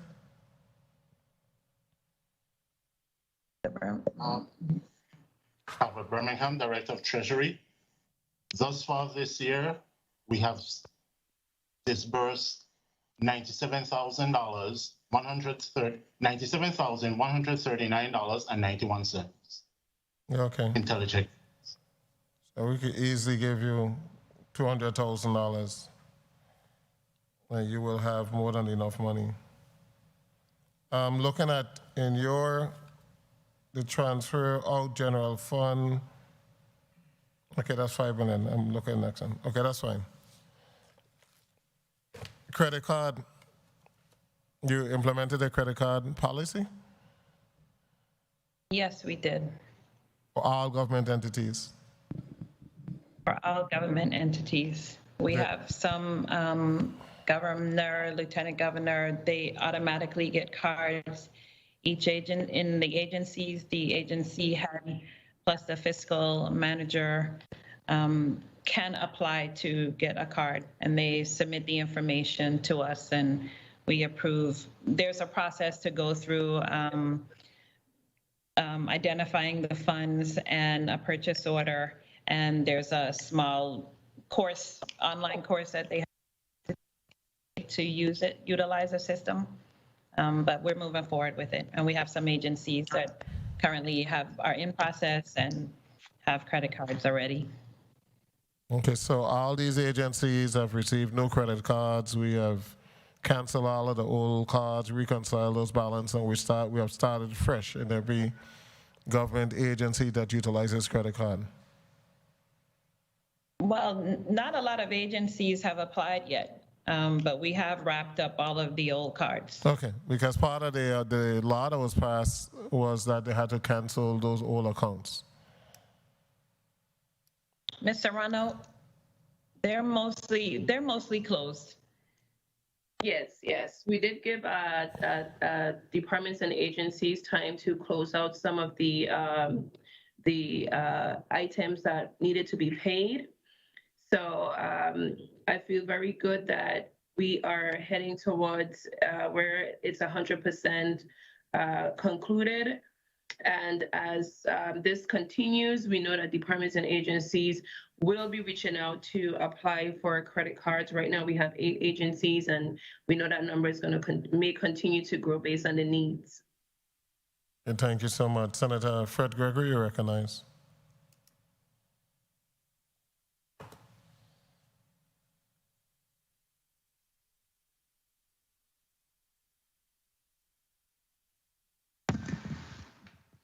Thank you, Mr. Chair.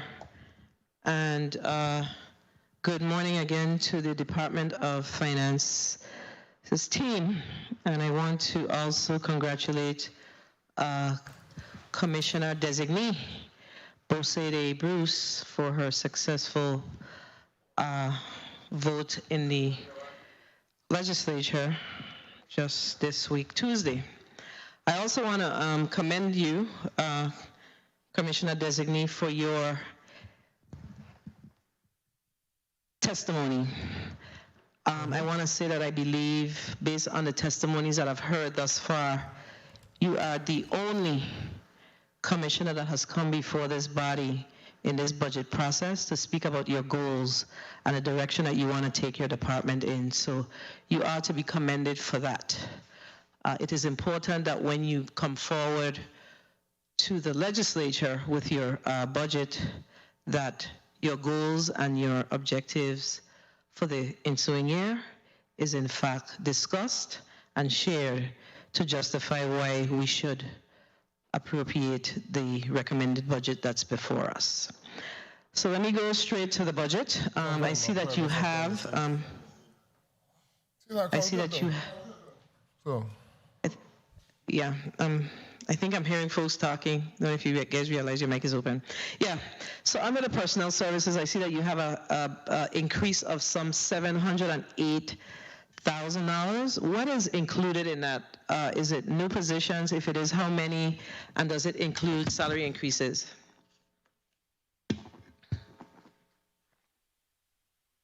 Ms. Benjamin. Yes. Good morning, Rochelle Benjamin, Director of Business and Budget Affairs. Senator Gregory, yes, it does include new positions.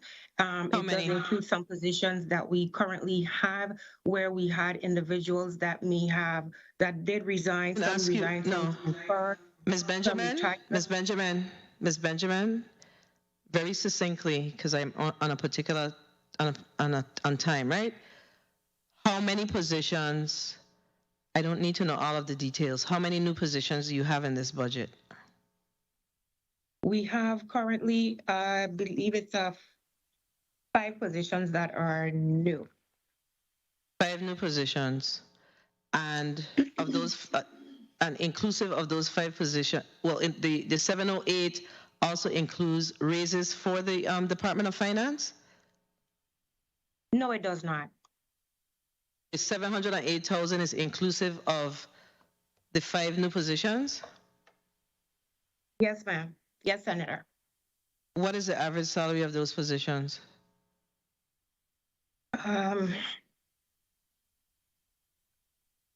Roughly, I would say about approximately maybe $45,000. It's about 5 new positions. It is 5 new positions. The average salary is about between $35,000 and $40,000.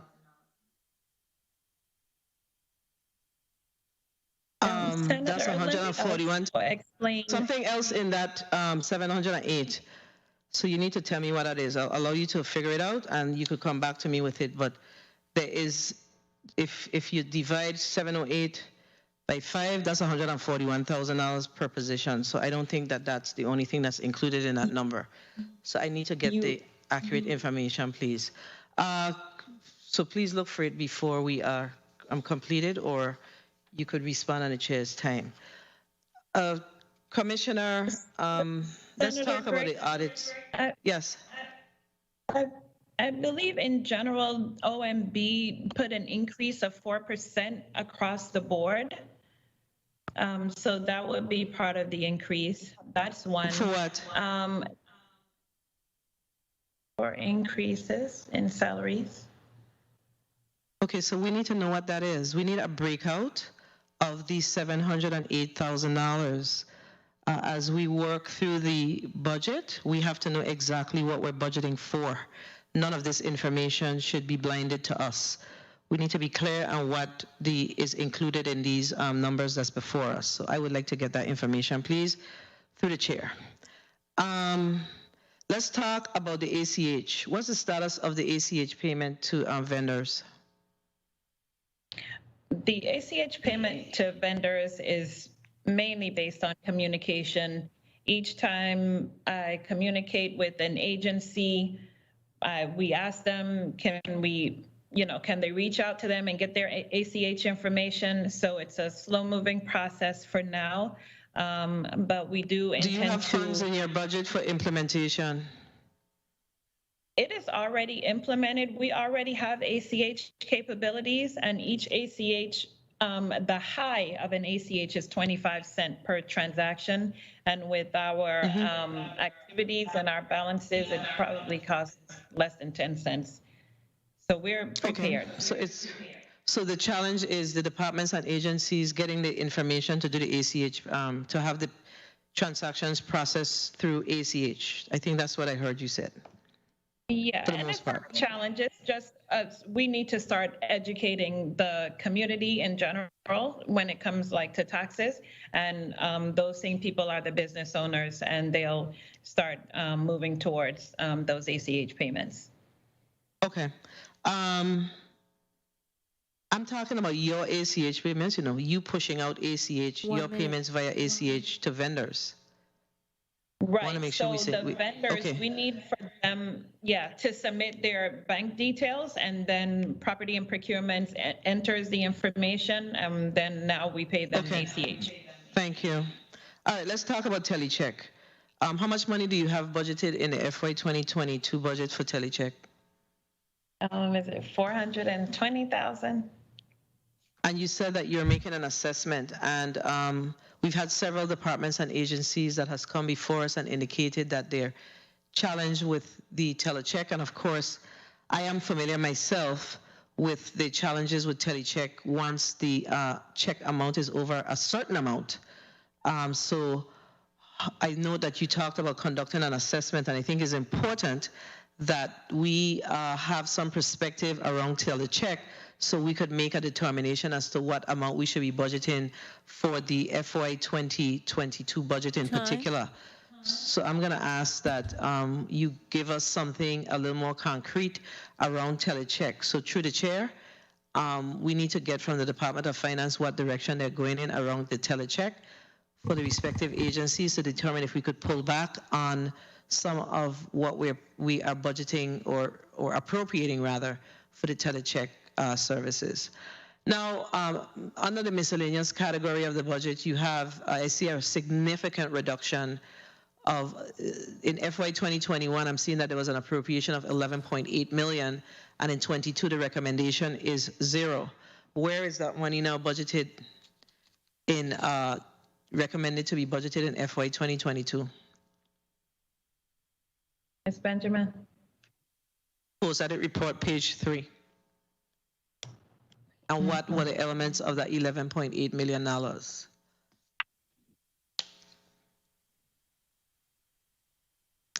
Yeah. That's the error we spoke about. Excuse me?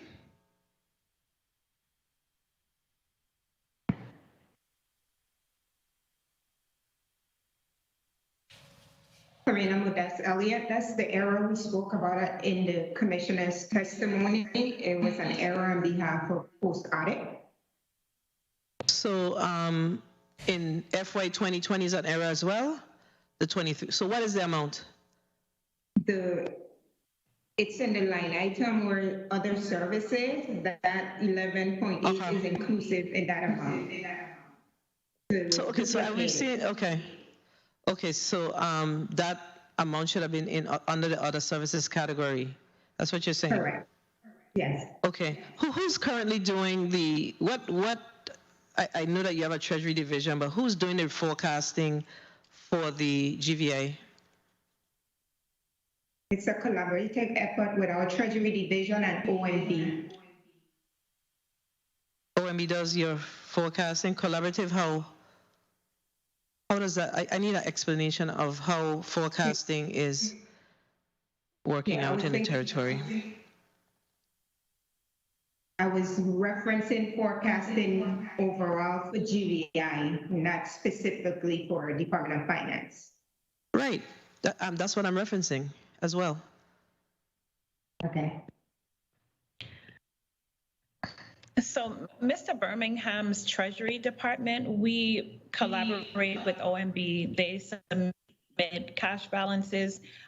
We forecast to see what the current bills are that we have in the system, the monthly bills that we know are coming up, and we produce a report along with Ernst & Young with our cash projection that gives us what our days on hand cash are. And we do that weekly. Okay, my time has been called. Mr. Chair, can I wrap up? I think I heard my time Yes, called. go ahead, Senator. Yes, so the you talked about that you've concluded the 2019 audit. Is it available to the public yet? Yes, it is. Yes, it's on our website. Okay, it's on your website. Okay, so we could get that. So when are you going to begin the 2020 audit? Just quickly. Hopefully September 1st. We're on September task for 1st. September 1st. Okay, so we will have to play catch up, right? So we're about to wrap up FY 2021 in short order. Do we have some sort of game plan in place where we're going to try to do some simultaneous auditing of 2020 along with 2020, where you could start 2020 in September, 6 months later you begin 2021? How are we working towards the catching up? So traditionally, these audits take 180 days. We're hoping, we are planning to start to close out month by month of the current fiscal year so that at the end of the 2020 audit, we have solid information that we have already been producing to the auditors. It will be inclusive in their look ahead and their forecast with our opinion anyway. And it should make the current year's audit run much smoother once the 2020 audit is wrapped up. Thank you. I'm going to close by just saying that I am very, very happy to hear that you are going to work towards doing month-end closing. If we do month-end closing, life will be so much better. All the errors that we continue to talk about and see and experience with our fund balances, etc., those things will definitely go away. I know it's going to be an uphill battle, but I really think that we have to work towards month-end closing. So, Mr. Chair, thank you for the leeway. And as I said, when your name came up, I believe that the Department of Finance will be in a better place because of your leadership. Thank you, Mr. Chair. Thank you, and I totally agree. It's going to be an uphill battle, but it is achievable. So you just got to continue pushing Department of Finance, and I know that we can be current with our audits. I'm looking at page 236 in the budget book, and the $11 million that post audit have there, $856,049 under miscellaneous came from the budget book. And then the 22 recommendation was $1,469,723. But then in your budget component, I'm seeing that there was no, and what you submitted in your testimony, that there's no amount there. So that is what is relating to that dash that exists in the post-audit expenditure. That's a direct reflection of what is reported on your page 236. Well, your page 236 is a bit different to page 236 in the budget book. So there is a significant reduction in the miscellaneous section. What was the miscellaneous last fiscal year? That $11,856,049.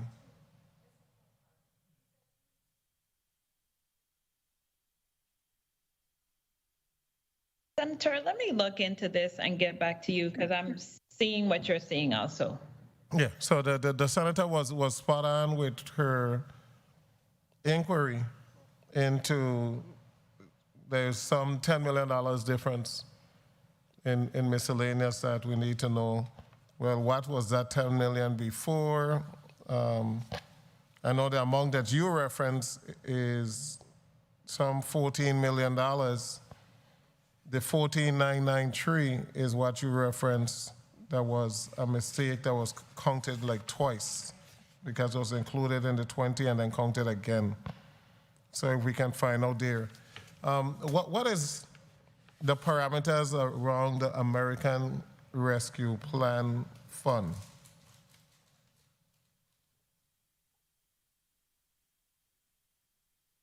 As it pertains to the American Rescue Plan funds, we have taken in the funds and invested the bulk of the monies in pretty liquid CDs. But other than that, the Department of OMB and the governor's office is working on the plan. So we cannot speak on that. Do you have a projected date for the completion of the plan? I do not. I can inquire and get back to you. And those monies are available over how many fiscal years? I think it's 5 years. I don't have the details of the plan with me. I have read through it. I just cannot recall that number right now or the amount of time right now. Okay, so you think it's 4 or 5 to begin with this fiscal year? Yes.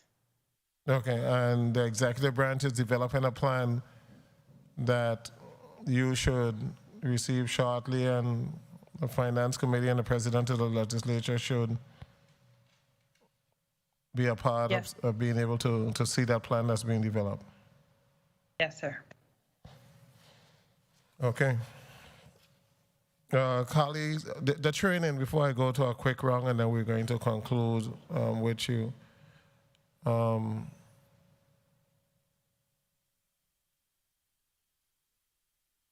The training that is taking place with the U.S. Graduate School for Financial Individuals, has that been a mandate that all CFOs must attend? It hasn't been mandated, but everyone is very interested. We do not have a problem with participating. And I'm happy they're fairly interested, but it needs to be a mandate. Because if they're going to provide training that is going to help us to improve our day-to-day and the processes, it should be mandated to all entities, especially those entities that struggle in getting their financial house in order. It needs to be mandated. I'm going to allow senators for you to ask any closing question that you have. I'm going to begin with you, Senator Blyden. I'll give everyone 2 questions. Senator Blyden. Oh, you're not there, so Senator Joseph? Thank you so kindly, Mr. Chairman. Commissioner Designee and your team, you're doing a fantastic job, in my estimation, with managing the finances.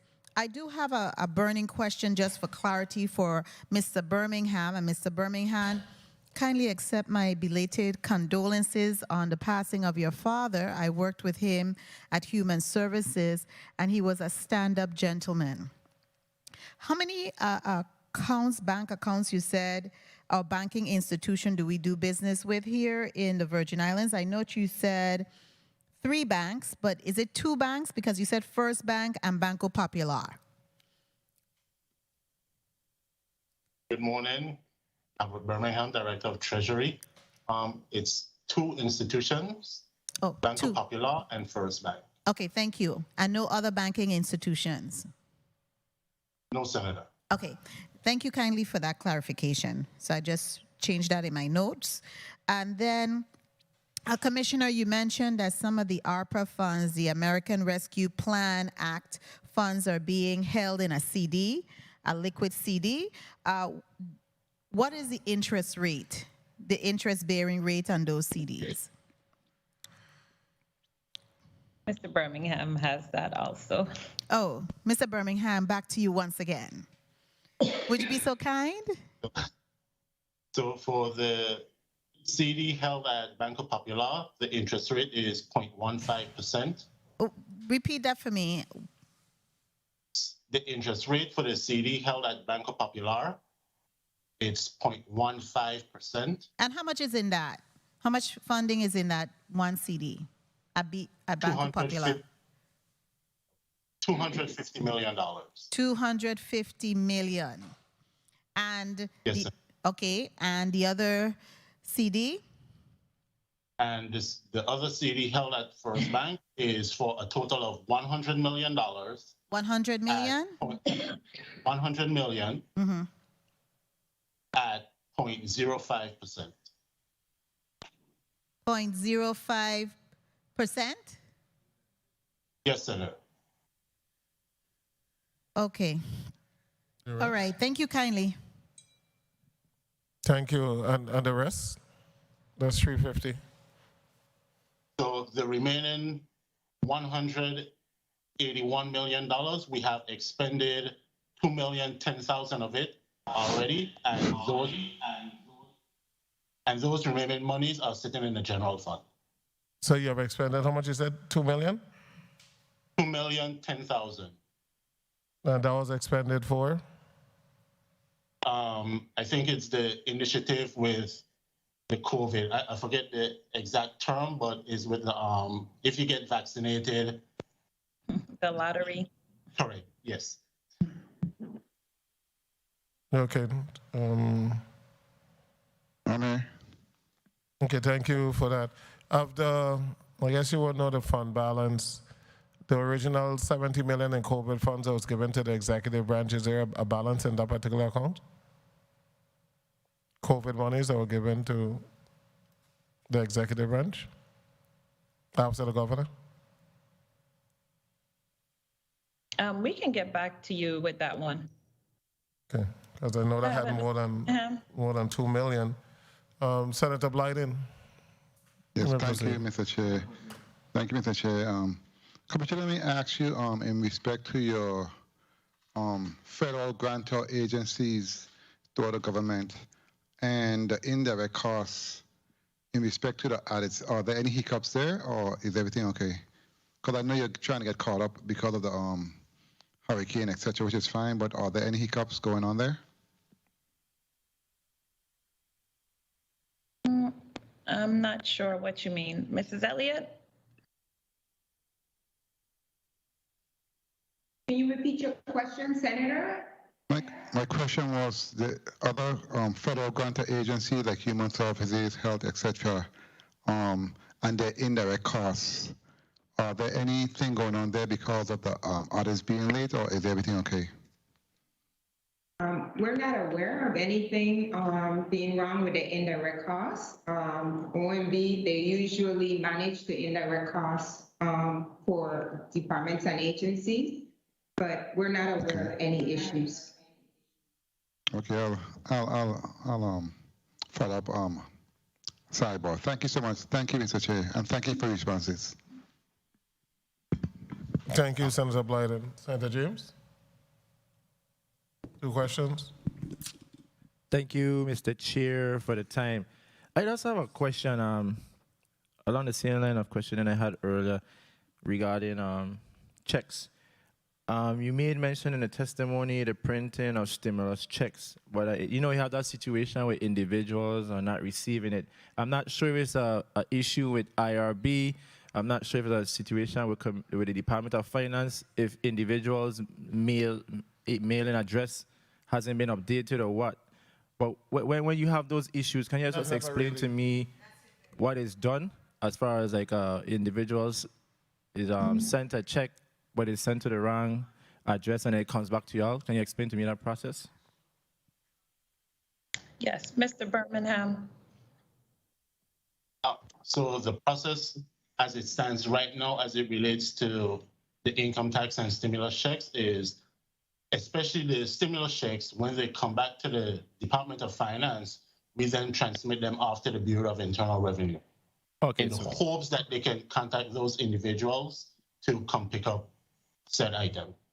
Understood. And I'm not sure if it's a situation with Department of Finance as well, but I know in the Virgin Islands Code, there's an option to receive checks via direct deposit. Why we don't have that feature here in the territory? Why are we continuing to use paper instead of doing it electronically and expediting the process? Is that a Department of Finance issue? Is that IRB?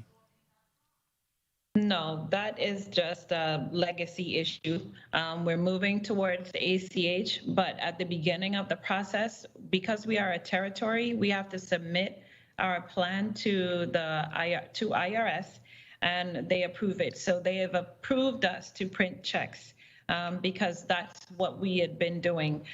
So this year, once, we're encouraging, and IRB and finance are going to do a combined effort to educate the community of giving your banking details on your tax returns. And once they do that, then we will be able to issue ACH. So for anyone listening, when you do your taxes this year, include your banking details on your tax return, and you will, if you are going to get a return, you will receive it via ACH. We will have your information. If you close your bank account, if you change banks, anything, you have to update the information and let us know. And then we will be moving towards electronic payments. My final question is there a cost associated with giving out that check or that money via direct deposit? Is there a cost associated with it? No, it's probably 5 cents in ACH. Like I said, the top cost for an ACH is 25 cents. So I think I calculated before, it costs us over $1 to issue a check. We have to purchase the paper, the printer, we have to stamp it, put it in the mail. We have to deal with mail coming back and everything. The overhead costs including probably takes it well above $1. So even if it's at the top of 25 cents, it will be much cheaper for us. And we'll be able to manage our cash flow better that way also. Please, because, with checks, there is still a possibility that the checks can bounce and can have fraudulent activities, and the list goes on. So let us move to that digitizing of government based on what the governor claims to say he's working on since his State of the Territory address. Thank you, Mr. Chair, for the time.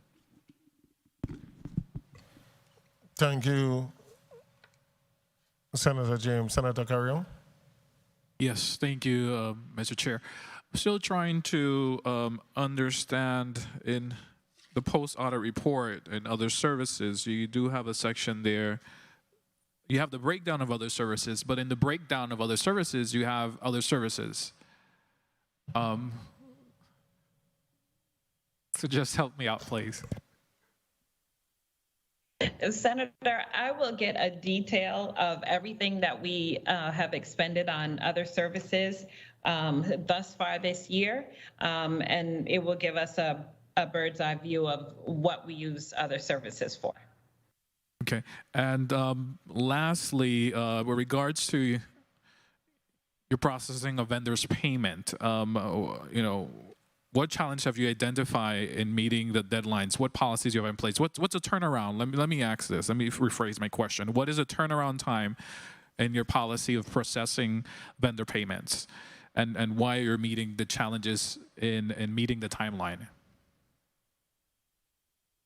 We normally meet our timeline. The timeline that we publish is that we will make a payment in 10 days.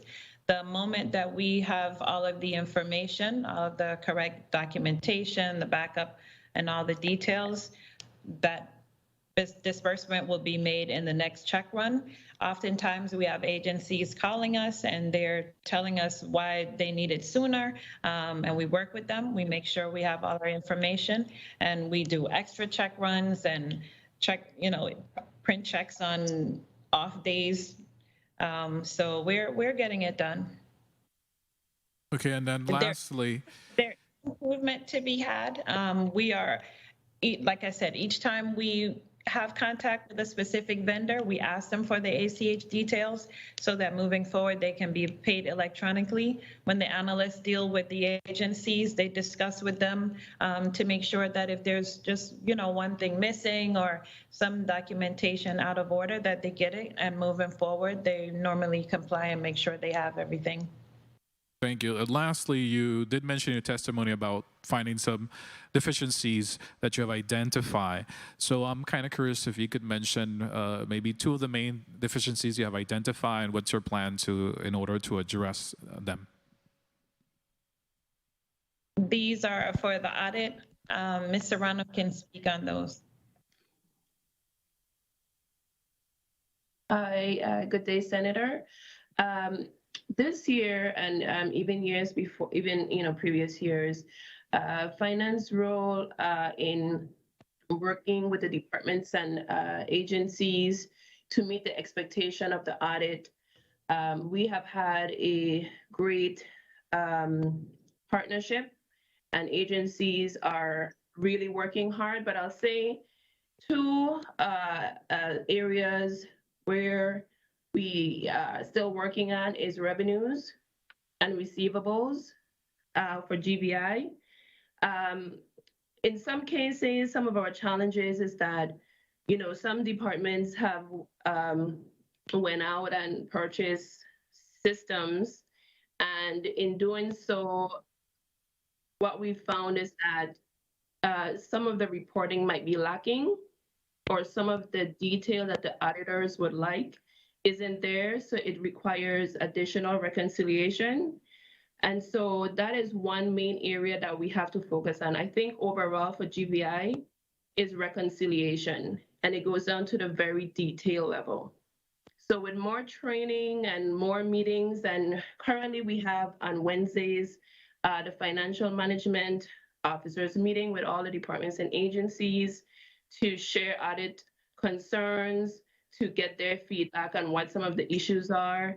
And some of it is skill set, some of it is competing priorities. But we believe that with continued meetings and cooperation and participation at the departments, that we will be able to move ahead and succeed as it relates to improving on our audits. Thank you. Well, I'm glad to hear that, and I'm hopeful that that would be the case and we would see some improvement. Policies and procedures are necessary, and it's important that every department agency follows them, and that there is you guys are in sync and using the same system to avoid having these type of issues. Thank you, Mr. Chair. Thank you so much, Senator Carrion. In reference to documentation to conduct these audits, have you been getting the required documentation from the various departments so that the audit can flow freely? Senator, I would say 85%, yes.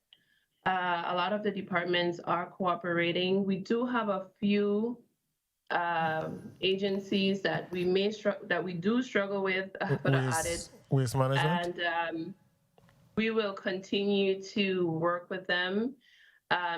Some of the issues have really been that... Hold up 1 minute, Mr. Rano. One second. Waste management is one? Well, all our semi-autonomous agencies, we give them deadline to submit certain information. I wouldn't say waste management is one of them. I believe waste management have been working well with us for the audit. After we have conducted the audit and we know which particular entities don't have good internal controls or were missing documentation, is there a process where we notify them and mandate that they must do X, Y, and Z differently, that they were not able to provide this or that, so you need to now show us how you're going to improve in that particular area? Are they written a letter from the Commissioner of Finance or through the Chief Executive that we need them to improve in this particular area so that we can improve our audits? Yes, Senator.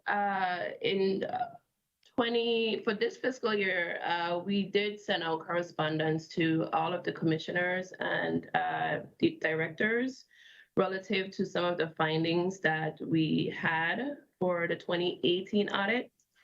We did receive some responses as to how they're going to go about making some adjustments, which is through the corrective action plan.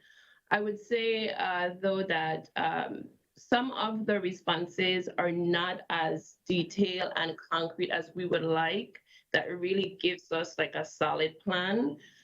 Some of them is, for example, maybe to hire someone, but we don't think just hiring someone is the solution. So we are working with the departments and agencies, and with the new commissioner, we expect that for going forward for fiscal year audits, that we will definitely see some improvements, because we are going to really work with the departments and agencies to get a better defined plan as to their corrective actions. Did you see improvement from 2018 to 2019? Did you see any improvement when you look at the audit report for both of those years? So one of the challenges is that by the time we are caught up with, as soon as we able to identify some of the challenges, and by the time we start to work with the departments and agencies, the data is so old, the audit is so old, so we have to look ahead. And so therefore, which was the reason why we decided to start to include the commissioner directors in on some of the challenges that they were having, because we realized that not everybody reads the audit reports, not everybody reads the yellow book. So in working with the departments and agencies, we now have to look ahead. So even for 2020 audit, honestly speaking, we may not see significant improvement, but with 2021 and going forward, because of the interim financial closings, a lot of the meetings that we're having for 2021 started in 2020, going forward into 2021. We are getting the participation of the departments and agencies for the most part. So we believe that going forward, and we have to just look forward. So I would say from 2021 moving forward, and even with this audit, I would say that we learned some stuff relative to some of the new fundings and some of the conditions. And so we have to now take a different approach to how we're gathering information and how we're reporting it out. Thank you. Senator Fred Gregory. Thank you, Mr. Chair. So, Ms. Serrano, you are specifically referencing the A133 audits when you speak of the audits for the departments and not the financial audits, correct? I'm speaking more to the financial audit. So the Department of Finance, we work specifically on the financial audit, and then OMB would handle the single audit. But we all work together. So OMB, Finance. Ms. Serrano. Yes. What I'm trying to understand is, as it relates to the financial audits outside of the component units, because the chair asked specifically about waste management, et cetera, and that's a component unit, right? So of course, those component units conduct their audits. They're supposed to submit them by a specific time. They should be hiring their own auditing firm. Does waste management hire their own auditing firm, or they fall under your auditing umbrella? They have their own auditing firm. Right, so give us that information. That's why he was asking. So those component units have their own auditing firm that comes in and does their audit, and they're supposed to submit their audits to the government within a certain window. That's what's supposed to happen.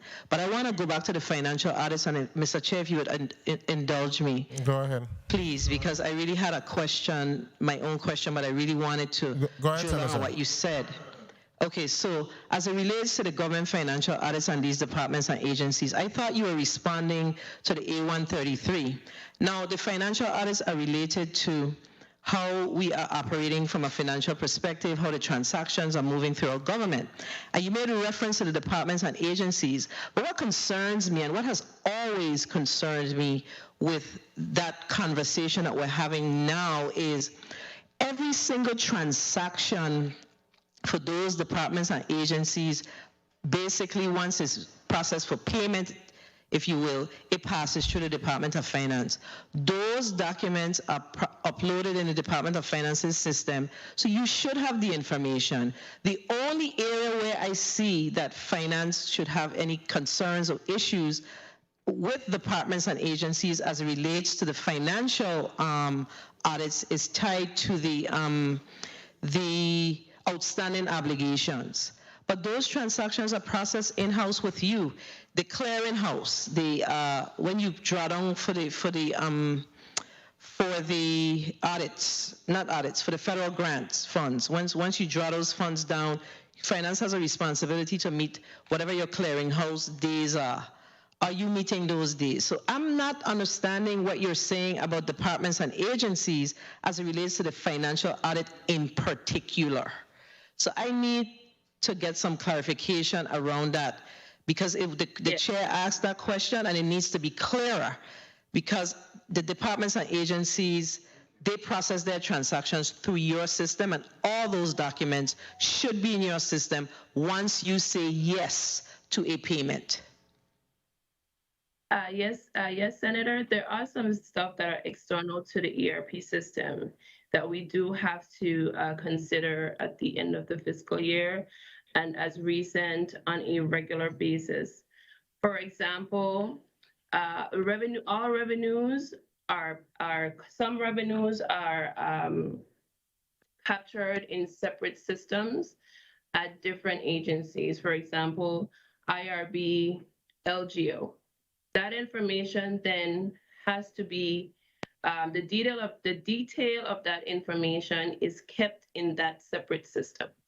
So we have to then go out to these separate systems to attain the detailed support, so we could be able to provide the detail to the auditors. So that is what I was speaking to when I said that we do have to work with the departments and agencies based on some of the systems that are that they purchase and that may be lacking in certain reporting expectations for the audit. Okay, so that says to me that what the commissioner said earlier about month-end closing, what needs to happen now is the information needs to be fed into the Department of Finance's system. However, which way that should happen, I could have sworn that I've seen where the information is in fact fed into the Department of Finance's system. So my recommendation is that we don't continue to wait, and I think I heard it clearly from the commissioner, to wait until the end of the year when the audit is being conducted for the folks from the Department of Finance to make sure that those entities are doing what they have to do. So let me just move on to the next question. And I asked this question before, and Ms. Benjamin, I need to get clearly from you what is included in our 708-111. But the question that I want to go back to is this $14 million. So under the other services and charges category in your budget, there is a recommendation for $14.9 million. In FY 2021, there was a recommendation for there was appropriated $15 million, $14.9 million again. And then under the miscellaneous category, and the chair touched on it, but it was the answers, we still have not received the answer. Under the miscellaneous category in FY 2021, there is some $11.8 million. So we are trying to understand when I look at page 239 of the budget book, it speaks to the professional services, and that come up to some 4.3. So what is included in that 14.9 for FY 2021, FY 2022, and the 11.8 million, what is included in that for FY 2021? Now, when I look at and I hope you guys are following me, page 238 the Department of Finance miscellaneous is inclusive of telecheck loss prevention. There are a number of professional services that occur under the miscellaneous. So how will you observe those miscellaneous transactions if you don't have a amount in FY 2022? And if my memory serves me correctly, in the miscellaneous side of the budget, in the page 236, it is a blank. So help us to understand what is occurring here, because I'm only seeing 4 million being spent under the other services category and then another 11.8. And I'm speaking specifically to 2021 and how do we plan to address this in 2022? Because based on what I'm seeing, you do not have sufficient funding to cover your these expenses that's laid out under your miscellaneous. So Ms. Benjamin, these are financial, or Mrs.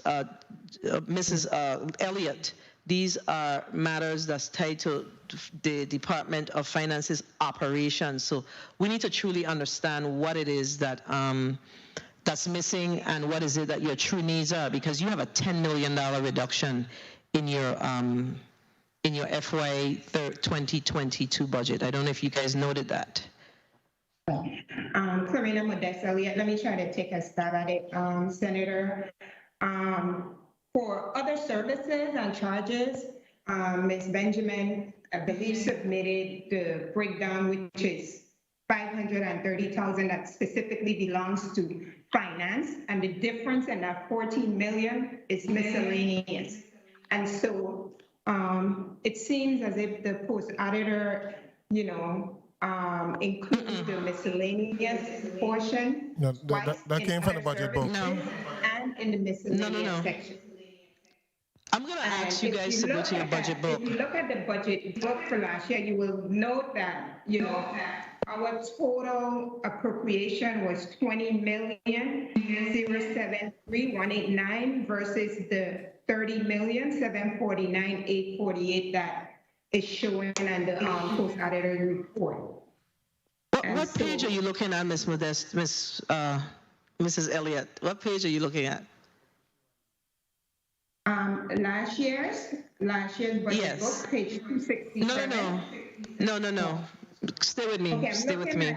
I'm looking at the post auditor report, page 3 of 19.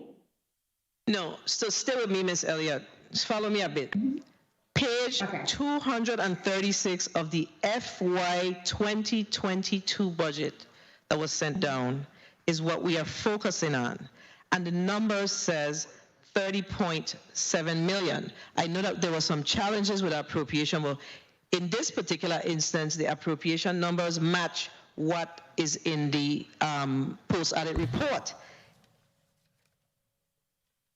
So we need clarification on that. What are we doing with how much money that is? $25 million or $26 million.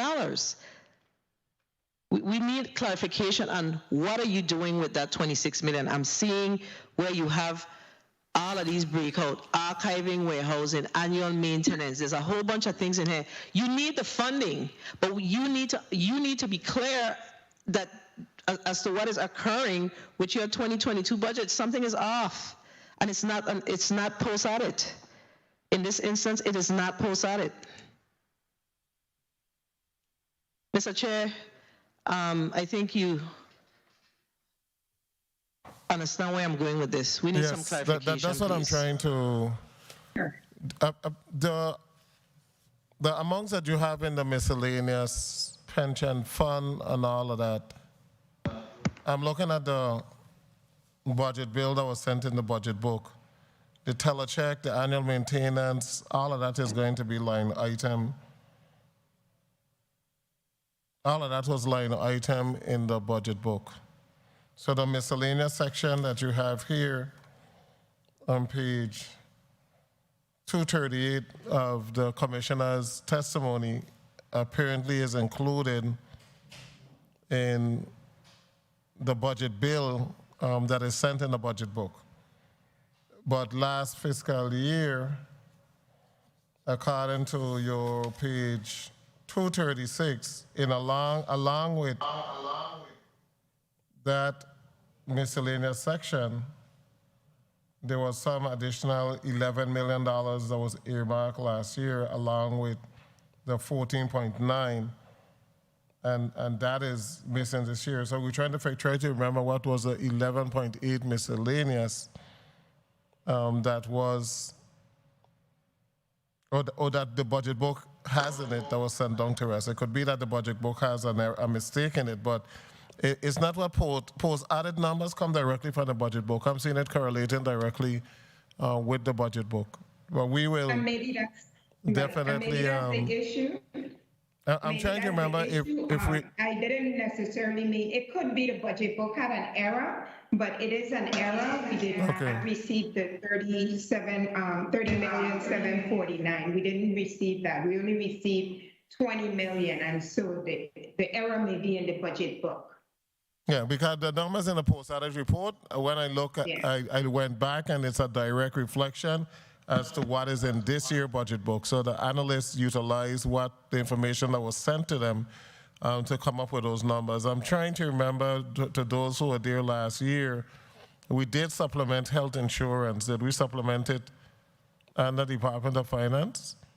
Yeah, there was an increase that we didn't pass on to the people. We took that increase. I'm trying to figure if that might be a part of that 11, if we supplemented that.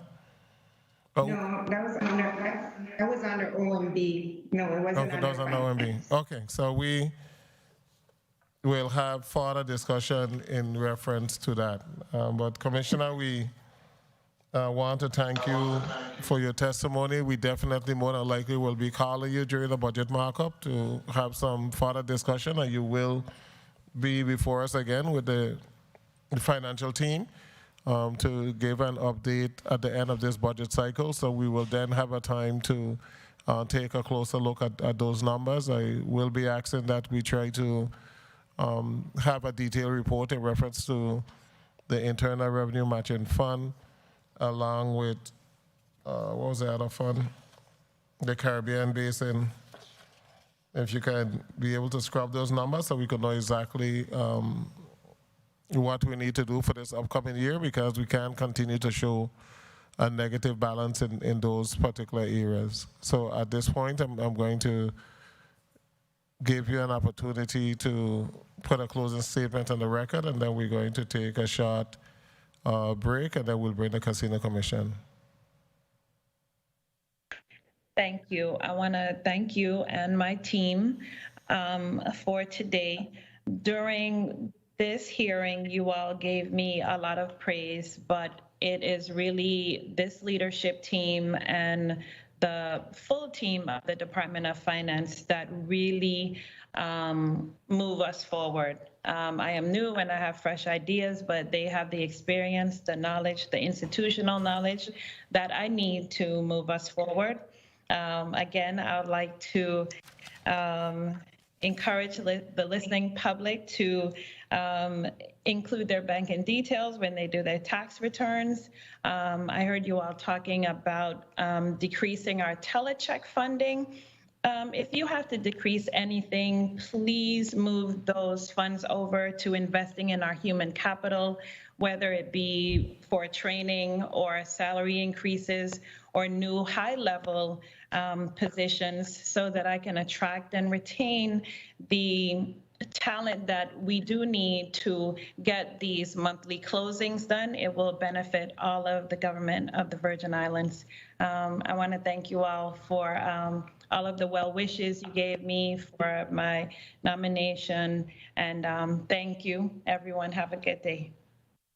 Thank you, Commissioner. And it's always very important to empower your rank and file. They have the institutional knowledge, and when we neglect institutional knowledge, this government suffers.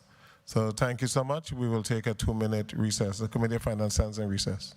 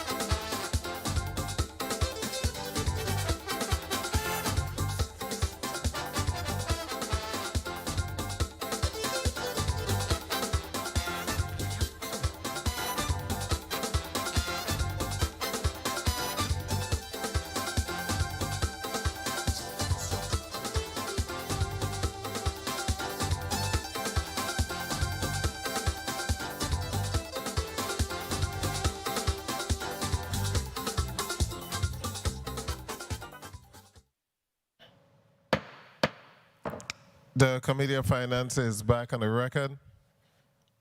Before I read the next item on the agenda, I can see that Mr. Pickering was enjoying our music, tapping his fingers, listening to it. Madam Clerk, can you read the next item on the agenda? The Virgin Islands Casino Control Commission invited testifiers Marvin Pickering, Chairman and Chief Executive Officer. Thank you so much, Madam Clerk. Mr. Pickering, I'm going to allow you to put your name and title on the position on the record, along with those individuals who are with you that will be testifying today. So beginning with you, CEO Pickering, name and title. Good afternoon, Senator. Marvin Pickering, Chairman, Chief Executive Officer of the Virgin Islands Casino Control Commission. Thank you so much. Mr. Richards. Good afternoon, Lucy Richards, Casino Control Commissioner and Vice Chairman. Selma Delaville Acosta, Executive Director. Okay, thank you so much. Mr. Pickering, you may proceed with your testimony. Thank you. Good afternoon, Honorable Kurt A. Vaile, Chairman of the Committee on Finance, all honorable members of the committee, other honorable members of the 34th Legislature, legislative staff, and those listening and viewing via radio, television, or the internet. For the record, my name is Marvin L. Pickering, and I am the Chairman and Chief Executive Officer of the Virgin Islands Casino Control Commission. Accompanying me today is Commissioner Usi R. Richards, Vice Chairman of the Commission, and the Executive Director, Selma Delaville da Costa. We thank you for the opportunity to present and discuss the fiscal year 2022 budget request for the Commission. The Commission is responsible for the regulation of casinos pursuant to the Virgin Islands Casino and Resort Control Act of 1995 as amended. Internet gaming and gambling pursuant to the Virgin Islands Internet Gaming and Gambling Act as amended. Racinos pursuant to the Virgin Islands Horse Racing Industry Assistance Act of 2011. And Casino 4 Establishments Act permitted within the enterprise zones of Christiansted and Frederiksted. These statutes and all relevant amendments establish the basis for the governance and operations of the Commission and its staff. As to finances, the Commission has 4 funding sources. 1, the General Fund for employee salaries only. 2, the Casino Control Revolving Fund pursuant to 32 VI Code Section 514, which was amended by Act Number 7643, and most recently by Section 4 of Act Number 8184. This account is funded in the same manner as the former revolving fund, namely by casino and casino employee license fees, fines, and other fees imposed by law or through regulation by the Commission. 3, the Casino Revenue Fund pursuant to 32 VI Code Section 517, which is funded by the 10% tax on gross revenues for DV Carina Bay Casino and Resort and VIGL CRG, commonly referred to as Caravel Hotel and Casino. The 12% tax on gross revenues was reinstated during the second quarter of fiscal year 2021 for DV Carina Bay Casino and Resort, as authorized by Section 13B of Act 7952. The Commission receives a mere 10% of these taxes, with 90% allocated to other government departments or agencies, in addition to not-for-profit entities. And 4, the Horse Racetrack Casino Revenue Fund, pursuant to 32 VI Code Section 901. As it relates to the General Fund for the Commission's personnel, the total sum we are requesting is $833,700, which represents 13 employees, including 1 vacancy. The vacant position is for 1 commissioner to fill the seat vacated by former Commissioner Stacey A. Bourne, who resigned from the Commission in February of this year due to personal reasons. At the time of her departure, Commissioner Bourne held the office of Secretary-Treasurer of the Commission. The table below lists the names and related information for the employees of the Commission. The Casino Control Revolving Fund is a special checking account that serves as a depository of monies collected from all license, registration, permits, and other fees, fines, penalties, all sums appropriated thereto by the legislature of the Virgin Islands, and all donations, gifts, and bequests in the fiscal year 2021 from October 1st, 2020 through May 31st, 2021, the Commission collected $221,950, of which 80%, or $177,560, was allocated to the Commission, and 20%, or $44,390, was allocated to the Department of Justice's Division of Gaming Enforcement operating account for their operating expenses relative to gaming enforcement. The signatories on this account are the Commissioners and the Attorney General of the Virgin Islands. Regarding the Casino Revenue Fund in fiscal year 2020, the 10% disbursed to the Commission from the Department of Finance was $156,376.92, as compared to $195,908.51 for fiscal year 2019, a decrease of 20%. The first 2 quarters of fiscal year 21 yielded $109,641.18, as compared to $101,469.26 for the same period of fiscal year 20, a slight increase of 8%. The second quarter report below from the Department of Finance for fiscal year 21 shows the percentages and amounts distributed. The funds were distributed to the Roy L. Schneider Hospital, Juan F. Louis Hospital, Hospital and Health, Myra Keating Smith Clinic, Education, Worker Prep EDU program/high school, youth programs, agriculture, tourism/casino promotion St. Croix, Union Arbitration and Increment Fund, Bureau of Internal Revenue, University of the Virgin Islands, VI Alliance for Responsible Gaming, Sports Parks and Recreation, Casino Control Commission, Public Safety, and the Casino Rehabilitation Fund. The distribution for fiscal year 2018, 19, 20, and through the second quarter of fiscal year 21 can be found on the Commission's website. The Horse Racetrack Casino Revenue Fund has not provided any funding during fiscal years 2017, 18, 19, 20, and 21 due to the non-existence of a casino. In fiscal year 2021, the Commission received $2,760 in federal funds through VITEMA as a reimbursement for damages to our security lights. Minor internal building damages were repaired by the Commission at a minimum cost, while the approved project worksheet currently has the sole project of mold remediation and document restoration remaining. The Commission administers the youth programs funding in compliance with the statute. On July 13, 2021, the Commission received a letter requesting funding under Section 518.3 that provides 50% of the budgetary needs of the Jobs for America's Graduates JAG Virgin Islands program from the Department of Labor. Despite the transmittal letter indicating a budget was attached, no such attachment was transmitted, and the department was notified of the omission. The budget was subsequently submitted on July 27, 2021, and it is now under review. Currently, we are exercising our fiduciary responsibility in securing the disbursements of funds for the VI Alliance for Responsible Gaming.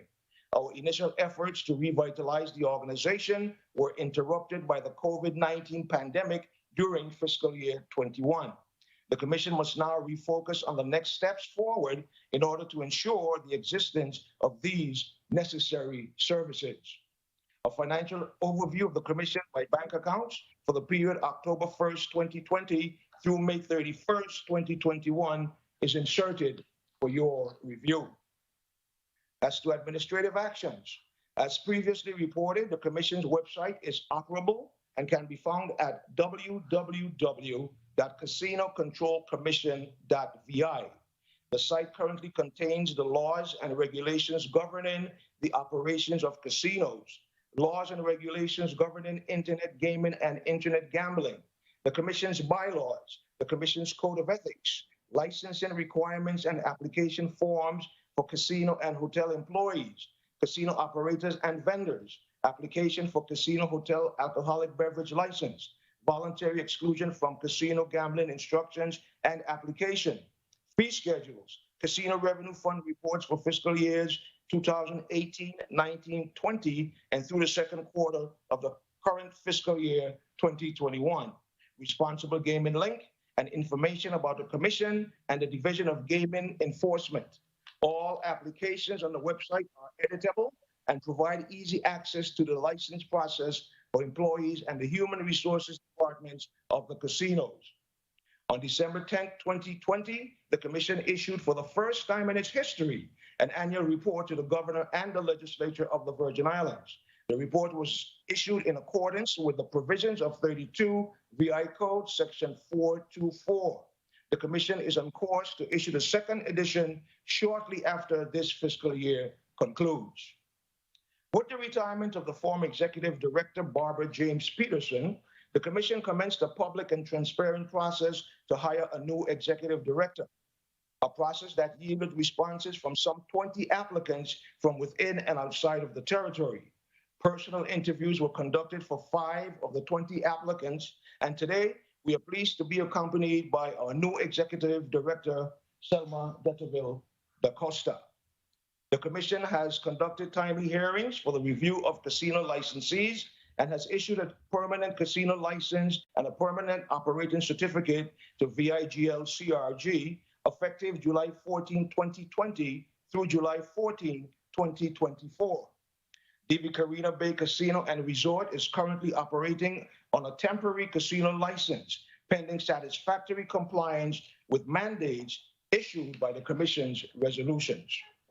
Following the closure of both casinos due to the COVID-19 pandemic, the Commission adopted a COVID-19 contingency plan based on the input of both casino operators and national standards established by casino regulators and operators nationwide.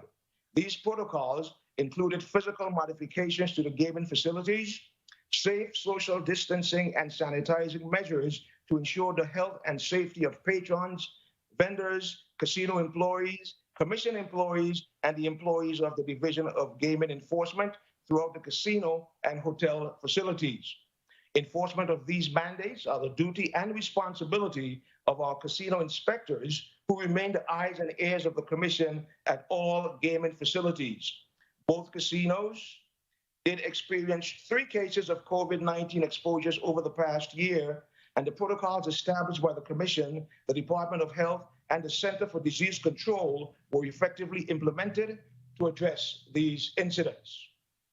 During fiscal year 2021, there were no more than 8 casino customers that were 86D, which refers to persons ejected or banned for improper conduct in a casino.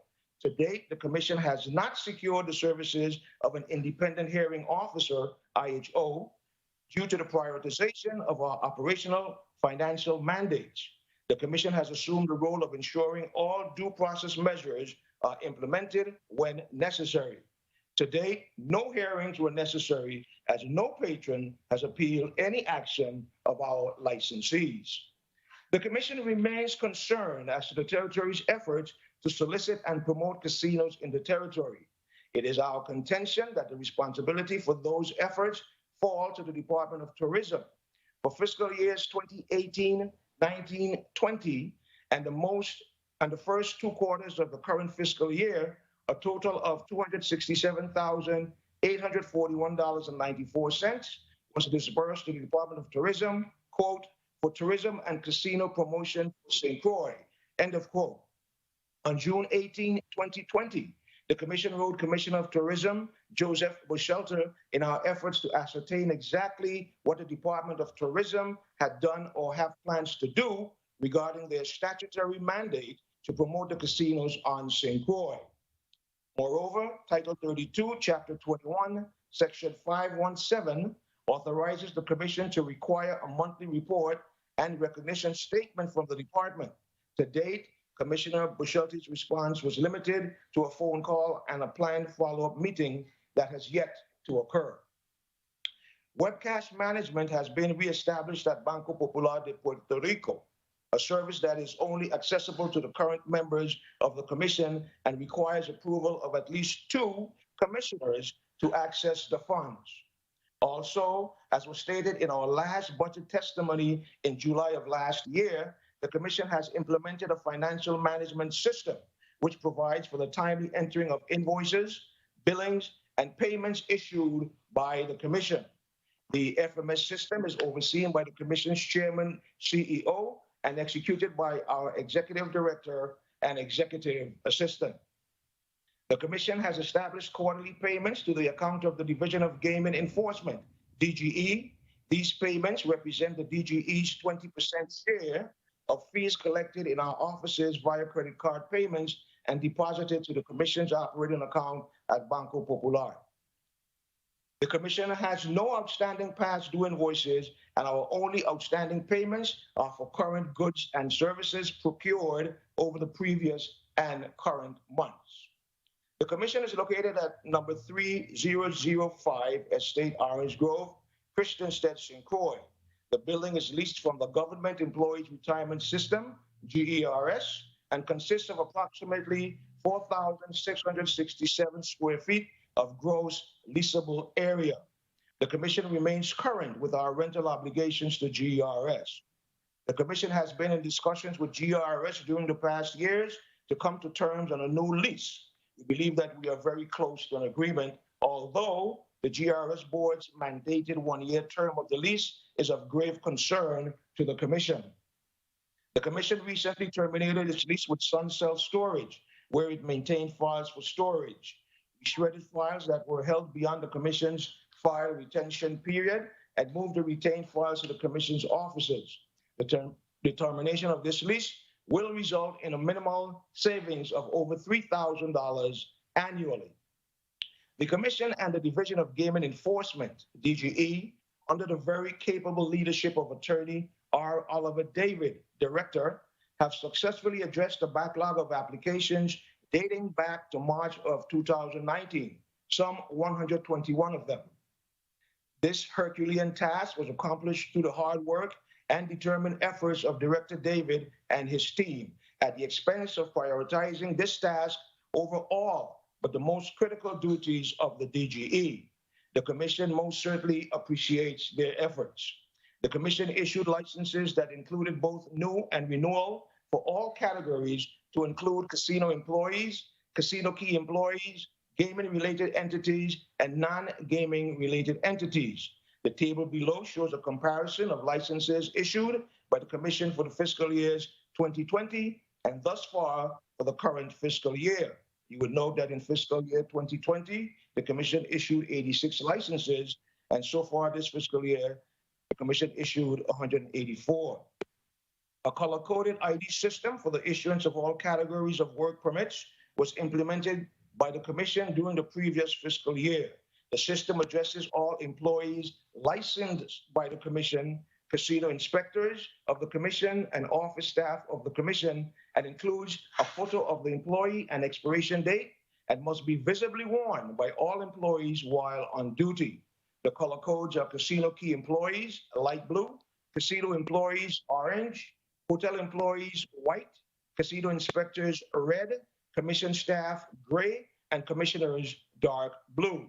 The commission's inspectors, special assistant for licensing and compliance, and commissioners have also been issued appropriate badges that align with their respective duties. The commission thanks this body for adopting our recommended amendments to the Internet Gaming and Gambling Law of the Virgin Islands. As we transition from the impacts of COVID-19 pandemic, the commission will ramp up its efforts to ensure the master franchisees execute the mandates of the law. If the commission determines that any master franchisee is unwilling or unable to implement the agreement, we intend to recommend that the legislature consider amending the existing law that grants exclusive rights to the 2 current master franchisees. As to major concerns, the commission is overly concerned with the lack of full staffing resources for the Division of Gaming Enforcement to meet its mandates. The DGE is a critical component in assisting the commission to fulfill its regulatory obligations. As mentioned before, it required the DGE to forego other priorities to address the backlog of investigations of applicants.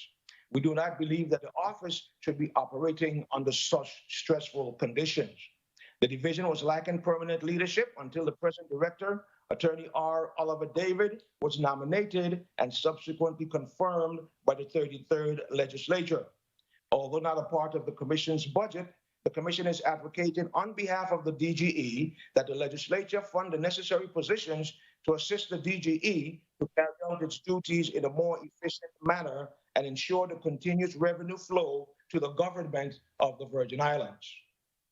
The commission does not have a full complement of commissioners since former Commissioner Stacey Bourne resigned from the commission for personal reasons. Vice Chairman Richards' term ends in December of this year. The governor has been apprised of this situation on more than one occasion, and we await his action on this very serious concern. The work of the commission will come to a screeching halt if we only have a single commissioner. Similarly, on January 25th, 2021, Commissioner Richards, via written correspondence, brought to the attention of this body a perceived error in the code regarding the political affiliation of commission members. Historically, the membership of the commission was constructed by law to ensure that the commission remains an apolitical body.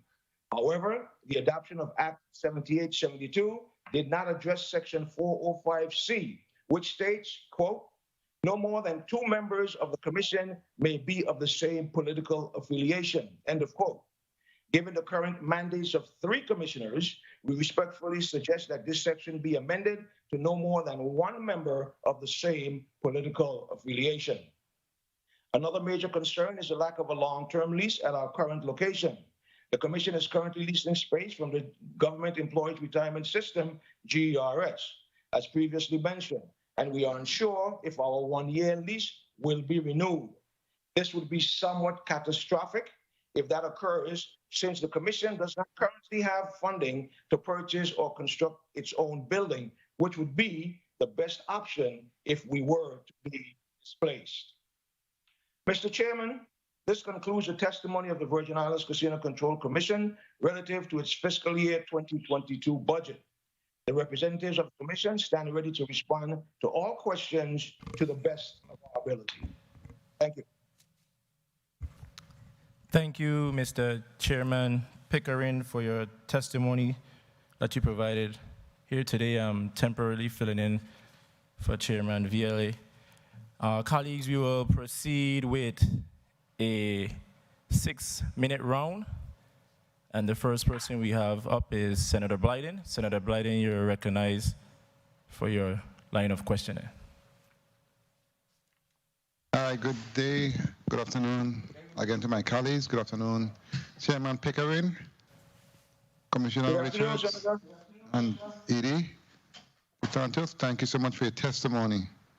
We know that a small agency, only $800,000+ that's requested for your budget. So let me get right to it. First and foremost, your commission, the commissioner for the St. Thomas St. John District. Where are we at in the process of bringing them on board? I'm sorry, I didn't quite understand your question. The St. Thomas, the vacant position for the St. Thomas St. John District. Oh, okay. Commission. Yes, where are we at in the process of onboarding that individual? Okay, Senator, Commissioner Richards would like to respond to that. Good afternoon, Senator and Majority Leader. The chairman did indicate in his testimony that the commission has, for more than a year and a half now, brought to the attention of the governor the need to nominate someone to replace Commissioner Bourne. And if you can recollect, Commissioner Bourne actually remained with the commission despite indicating the intent to leave and issue a resignation until the chairman was confirmed and came on board so that the commission could continue to function. So that responsibility lies squarely in the lap of the governor to nominate someone from the district of St. Thomas, St. John. Okay, thank you for that. And I know the chair spoke to legislation that's needed to correct what's going on at this point, so that's duly noted also. Let me ask, in respect to the testimony on page 5, there is $651,755.09 in terms of collections. And that was as of the end of March. With different departments, etc., amounts to be paid. Have those departments paid the amount that was allotted for them to pay, or do we have outstanding balances from different agencies? Senator, the process works where the Department of Finance is the repository for the funds, and that's the department that disburses the funds to the various agencies. Okay, very well. Thank you for that. And also, you mentioned in testimony that you received in federal funds from Vitima $2,760. But did you receive anything in reference to the COVID funds in respect to you being able to do what needs to be done in carrying out your duties? You didn't receive anything from COVID funds? I do not believe that we did.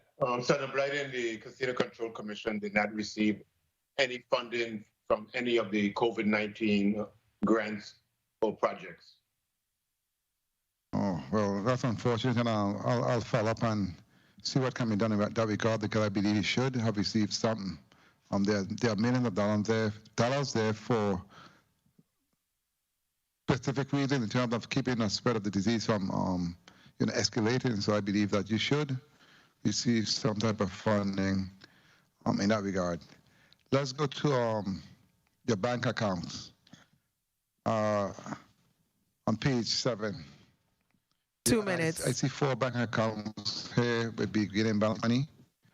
For instance, you have 4 different accounts and the ending balance of May 31st, 2021, and there have been an increase in all areas. Have the numbers have increased since then? Number 1 and number 2. How often do you reconcile your accounts?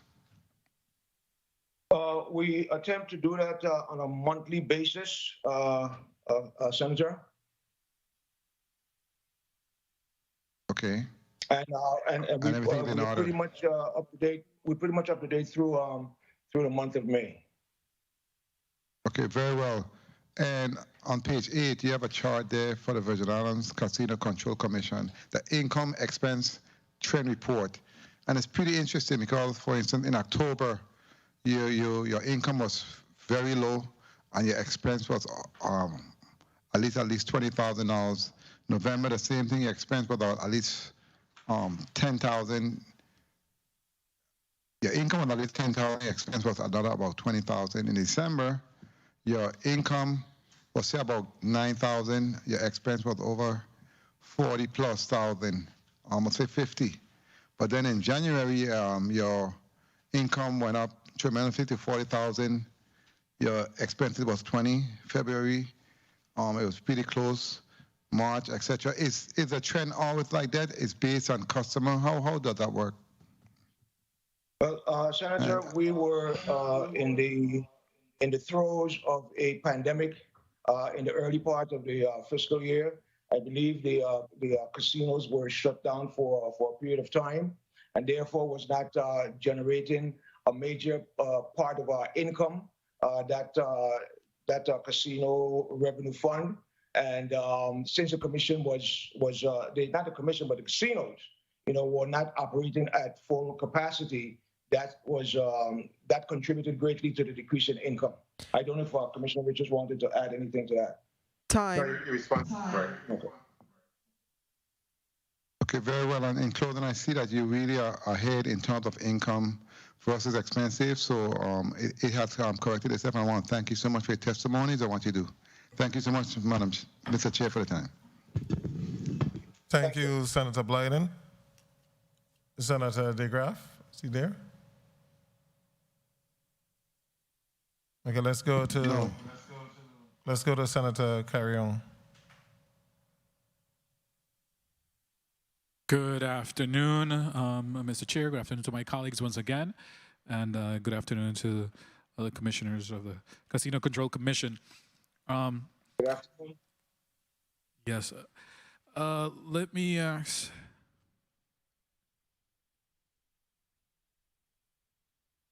What are the next steps in according to your testimony? And I want to have an idea. What are the next steps to revitalize the organization? To revitalize. To revitalize. Good afternoon, Senator Carrion. The chairman made reference solely and specifically to the Alliance for Responsible Gaming.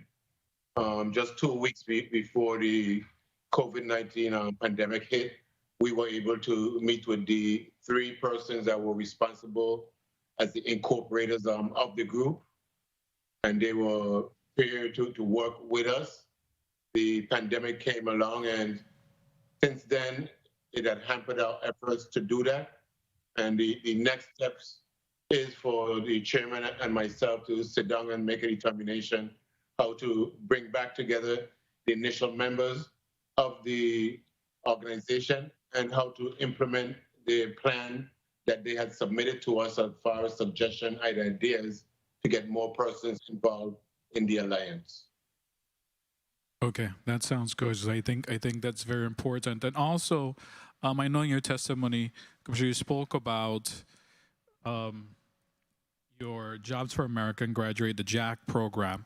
Have you been in contact with DOL for the attachment budget provided by the JAC program? And do you have any idea what the estimate budget might be? Yes, Senator, we, as I indicated in the testimony, we did receive a letter for requesting funding for that particular program, for the JAC program. However, the letter indicated that a budget was attached, but it was not.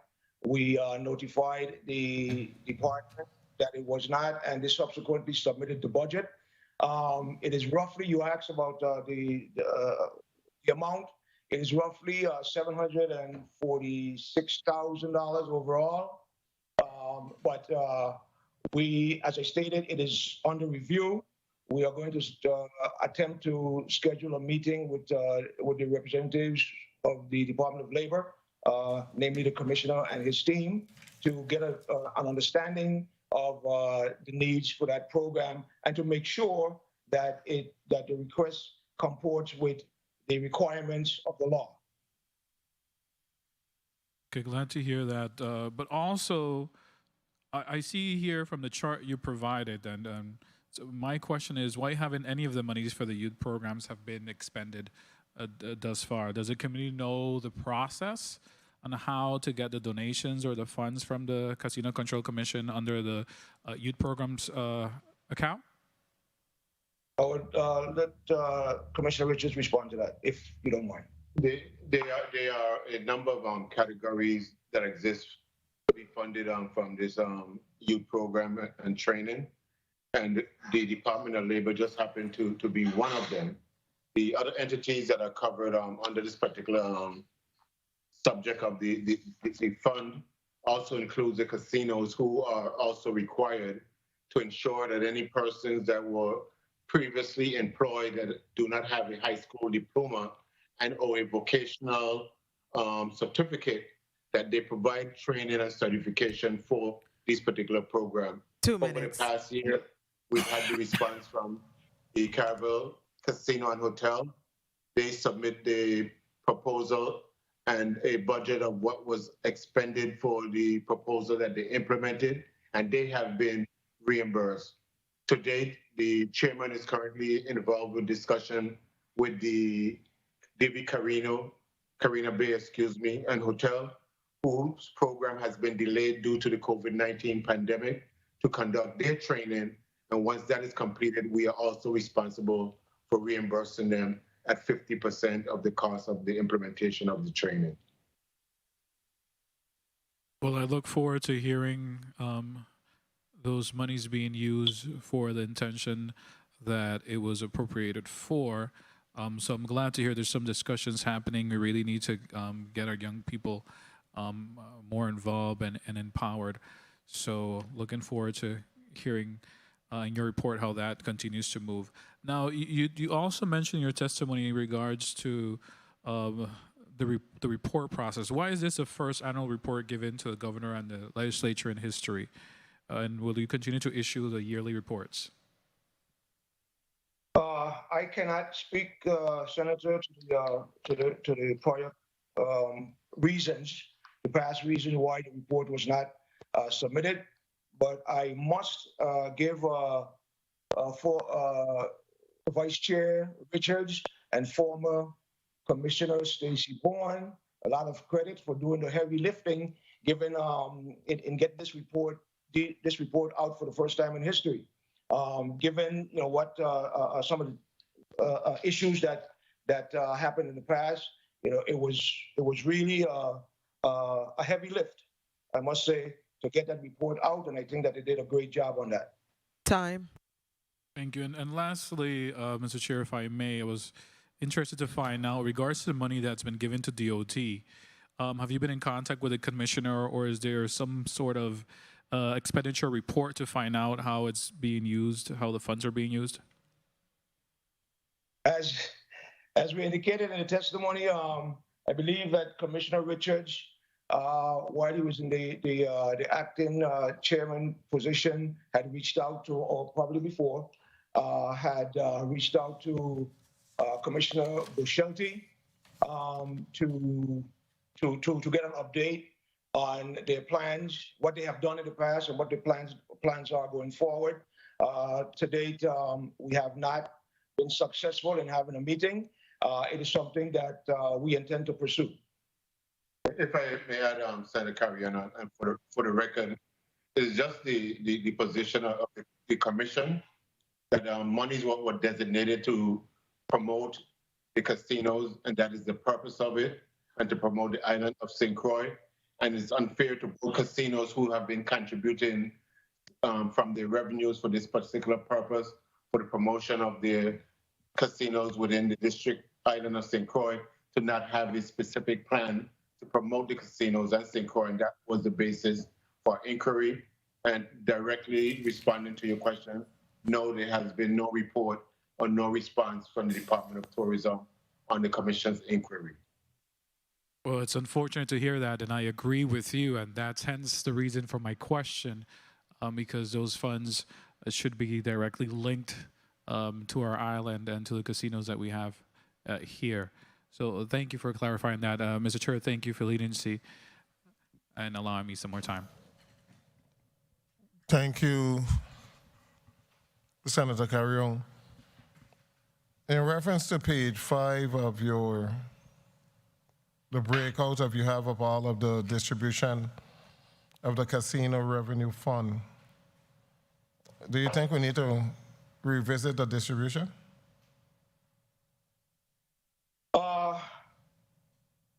I would think so. As we mentioned earlier, the commission sees just 10% of the funds, and our operating expenses are going up, and there might be a need, and some of these other agencies may have other funding sources. We don't know, but I think that is something that needs to be visited or revisited. So you're the custodian of the funds, and then you remit the funds to these individual entities? How does that process go? They remit them directly to the agencies. Say that again? The funds are remitted directly by the Department of Finance to the various agencies. Okay. Because I'm looking at all of them, and some of them I'd like to know how they're actually spending the funds as to what they're doing with it, or is it just going into a general pot? We have... Mr. Chairman, if I could add? Yes, go ahead, Senator Richards. And that is one of the concerns of the commission. In the first instance, I agree with the chairman that we should revisit the percentage of monies being dispersed, particularly to the commission for its general operation. This is the sole means and manner by which the commission is funded. And then on the second instance, the commission has begun publishing this information on our website because of the failure of the Department of Finance to comply with the law. It is the responsibility of the Department of Finance to report and to publish in the newspaper of general circulation the disbursement of these funds. And we have written to them on a number of occasions. And so that since we are the only one that are getting a report of disbursement to the agencies, but not a report on how the monies have been spent, this is all we can do in our current capacity. Okay, thank you so much. As I'm looking, we have a substantial amount going to the Department of Education. Exactly how is that being spent? I know that we have provided quite a bit of funding for Department of Education, and there's a large pool of federal monies there. So we might need to revisit some of the distribution. Well, what percentage do you believe is sufficient for you to be able to operate on? What would you say, Commissioner Richards? Double that amount? Or at least 25%? I would say about 20, between 20 and 25%. Okay, between 20 and 25%. Okay, thank you. Senator James? And if I might add, Mr. Chairman, and I'm not sure what the intent was of the law, but we have the Division of Game and Enforcement, which also has expenses, but they are not allocated any part of these funds.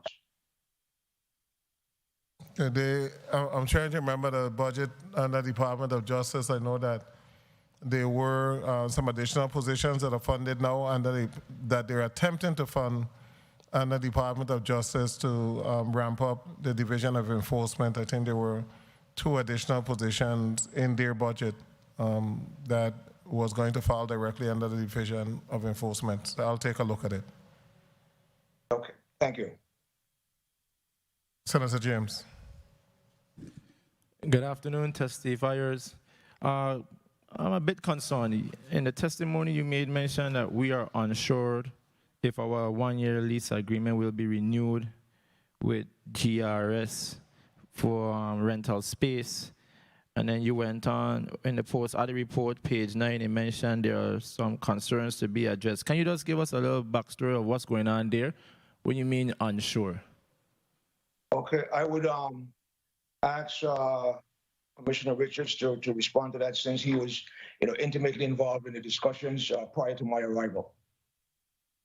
Good afternoon, Senator James. The chairman and the commission in its entirety are aware of the process of where we've come from over the past 3 or 4 years, even so prior to the departure of the former chairwoman of the commission. And just as Commissioner Bourne and myself 2.5 years ago was prepared to sign a contract that provided a 5-year term lease, as was the situation.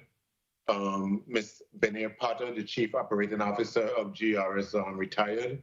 We then went into negotiation with the Acting Chief Operating Officer, and we were informed as we were preparing to finalize the particular lease that the Board of Trustees for the Government Employees Retirement System had made a decision that the GRS would not enter into a lease agreement with any entity for more than a 1-year term.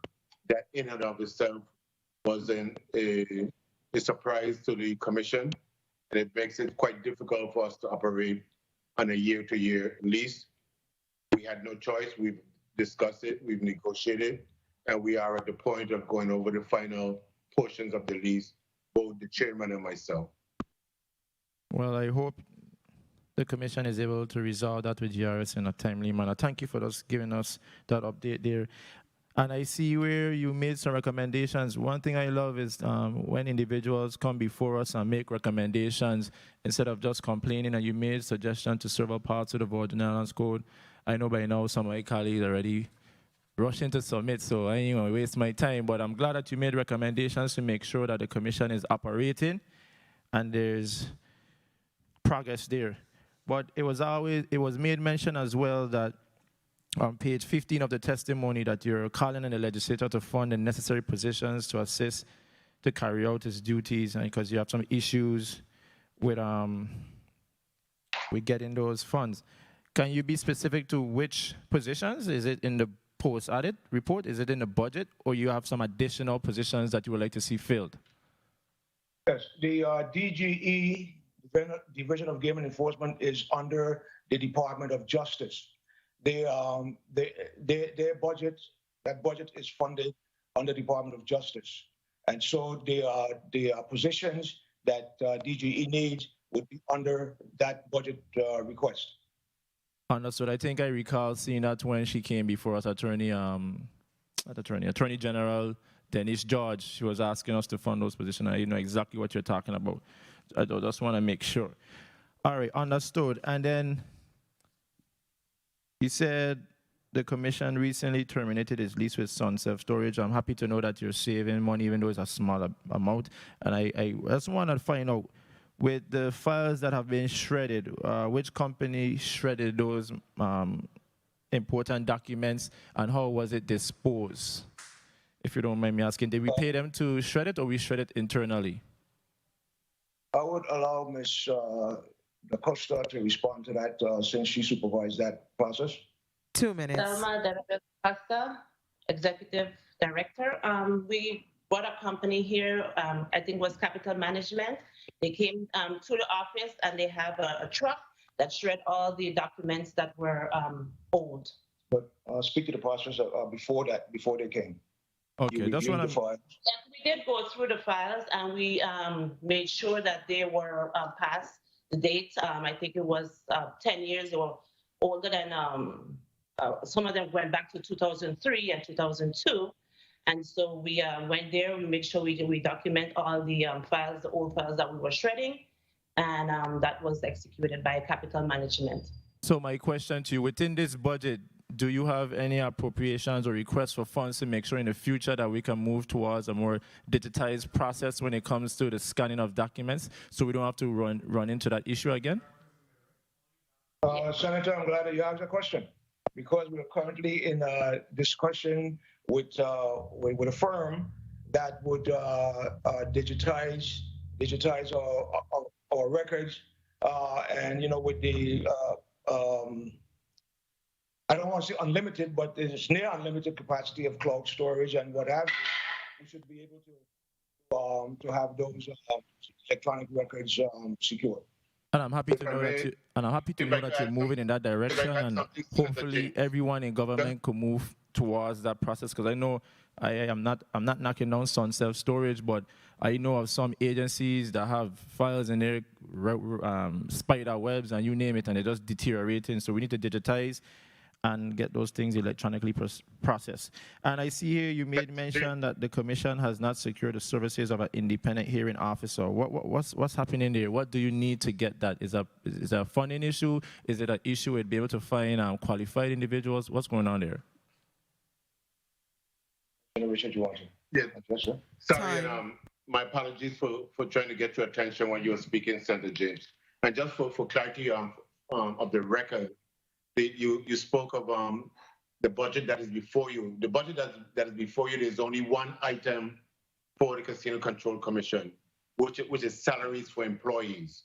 So there's outside of that, every other activity that will be taken on by the chairman, the commission, and the executive director comes from the revenues percentage that we receive that are disbursed from the Department of Finance. So on that matter, I just want to make sure that is clear. On the matter of the independent hearing officer, the independent hearing officer is a contracted position at the commission enter into to conduct hearings for individuals that may object or have a concern in regards to action taken by either the casinos that exist on the island. To date, that was one of the priorities that was put on the side because, as you can recall, over the past 3 years, fiscal years, we were busy dealing with outstanding obligations. And going forward, the commission will now make a determination to be able to bring a contract independent hearing officer based on the need of individuals that appeals any decision of the casino commission and or actions taken by casinos. And if I may add, we have in fact budgeted for that from the funds that we generate. We have in fact put that position in our budget. Yes. Mr. Chair, with your indulgence, one more question, and that's along the line of questioning when it speaks to the Department of Tourism failing to promote the casinos on St. Croix. Mr. Richards, you have been in a position in the past. Have we had a plan in the past administrations that speak to the Department of Tourism promoting the casinos on St. Croix, or since its inception it has never been promoted? Let me clarify the impression that you have. The commission does not develop plans for the promotion and bringing casinos to the island district of St. Croix. That will be a conflict in regards to our responsibility to regulate.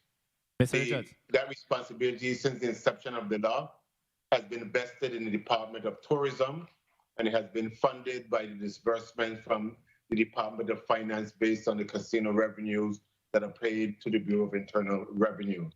What we have done, and this is back in 2019, 2020, is to begin to find out from the Department of Tourism exactly how they are utilizing those funds that was intended to promote the casinos and the island of St. Croix. And we are informing the legislature through this committee forum that we have not received a response from tourism of what their plans are or whether or not they plan to pursue implementing the law as required. Mr. Richards, with all due respect, you did answer my question, but I just want to clarify. I asked, you've been in a position before, and I just want to know in the past if the Department of Tourism had plans in place, and if so, what were the plans? I didn't ask for the commission to implement a plan, but thank you for that answer. Thank you, Mr. Richards. Oh, but sorry, I thought that's what you said. I misunderstood your question then. No problem. Thank you, Mr. Chair, for the time.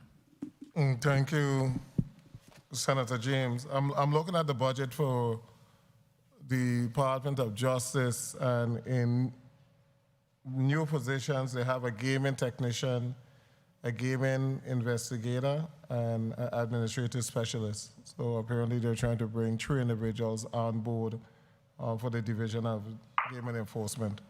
Senator Fred Gregory, you're recognized.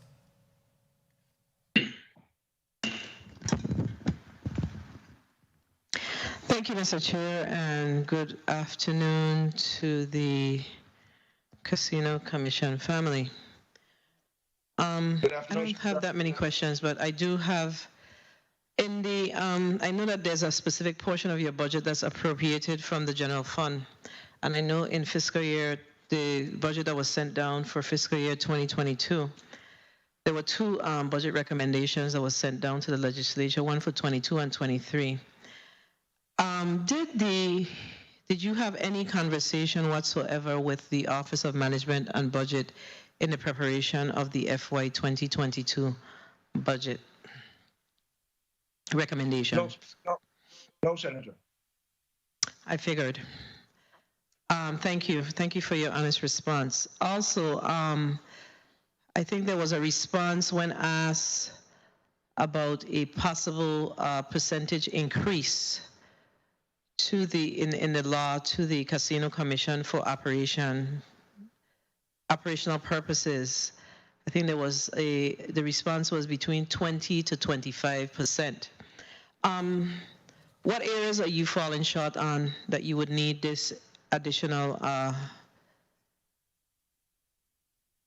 percentage increase to support your work? Well, for instance, case in point would be we have vehicles that are 10 and 11 years old that we eat, although they're in fairly, I don't want to say fairly good condition, but they are in fact old, that we could use financing, in that area. We may need as was indicated before, we are unsure of our situation relative to our lease, and if we have to move or be displaced from this position, we are unsure of to what those funds, what that lease would look like. Those are two examples that I could think of. Senator Richards, I keep calling you Senator Richards. Commissioner Richards.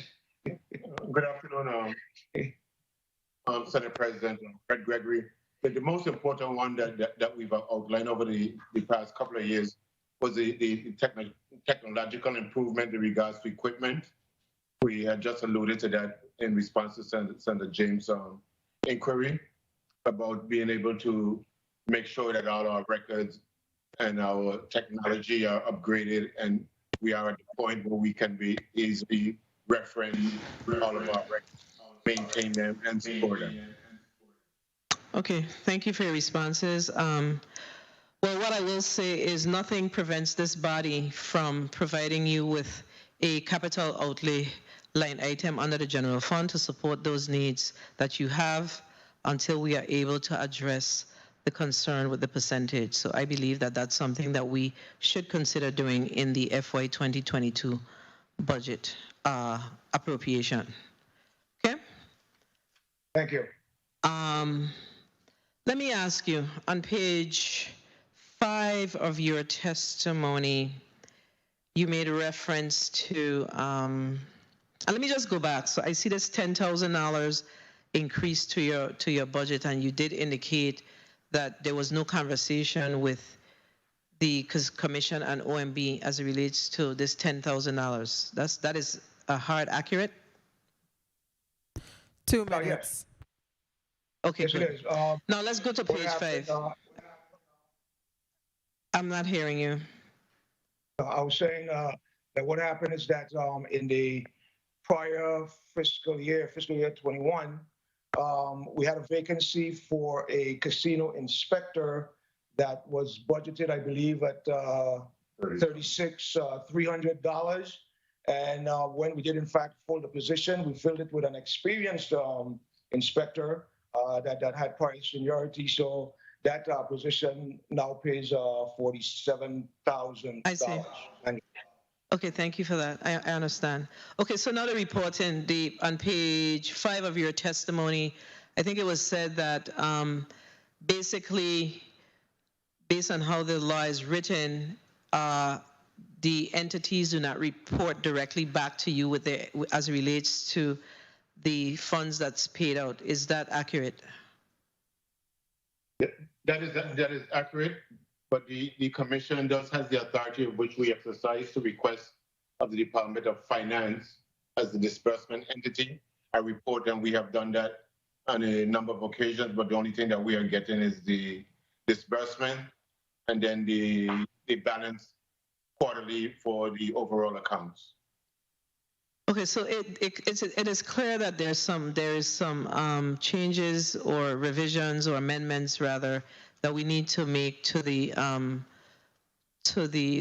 act, because some sort of reporting mechanism needs to be taking place. We need to know whether or not these funds are being used for the purposes set aside. So that needs to be given serious consideration from this body.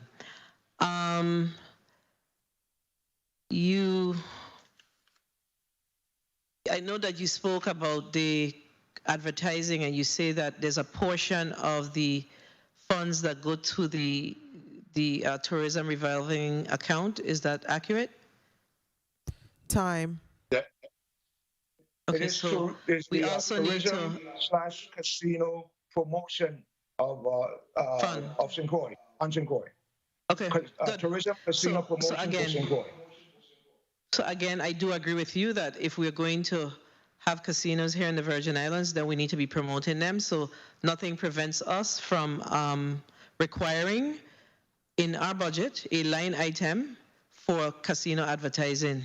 That needs to happen. We can't continue to have individuals who are running these departments and agencies utilizing these funds outside of what they should be utilizing them for. Everything else except what's supposed to be happening. And if you're promoting tourism, why are we not promoting the fact that we have casinos here? So I wholeheartedly agree with you on that. So I'm making notes. And then I have one more question. Yes. Senator, if I may, before you make note, we are specifically referring to Title 32, Section 515, 516A1, and 517. And those are the relevant sections that we were just talking about. Okay, thank you for that.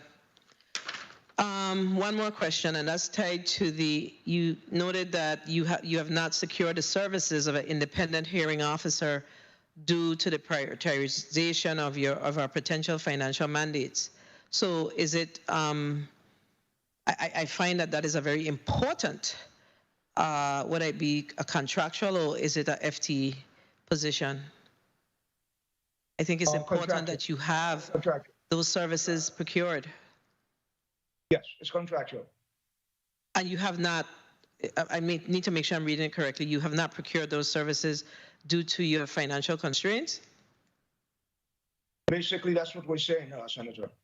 You know, we were, as we know, that during the last fiscal year, again, you know, we were or we are currently in the throes of the pandemic, and so there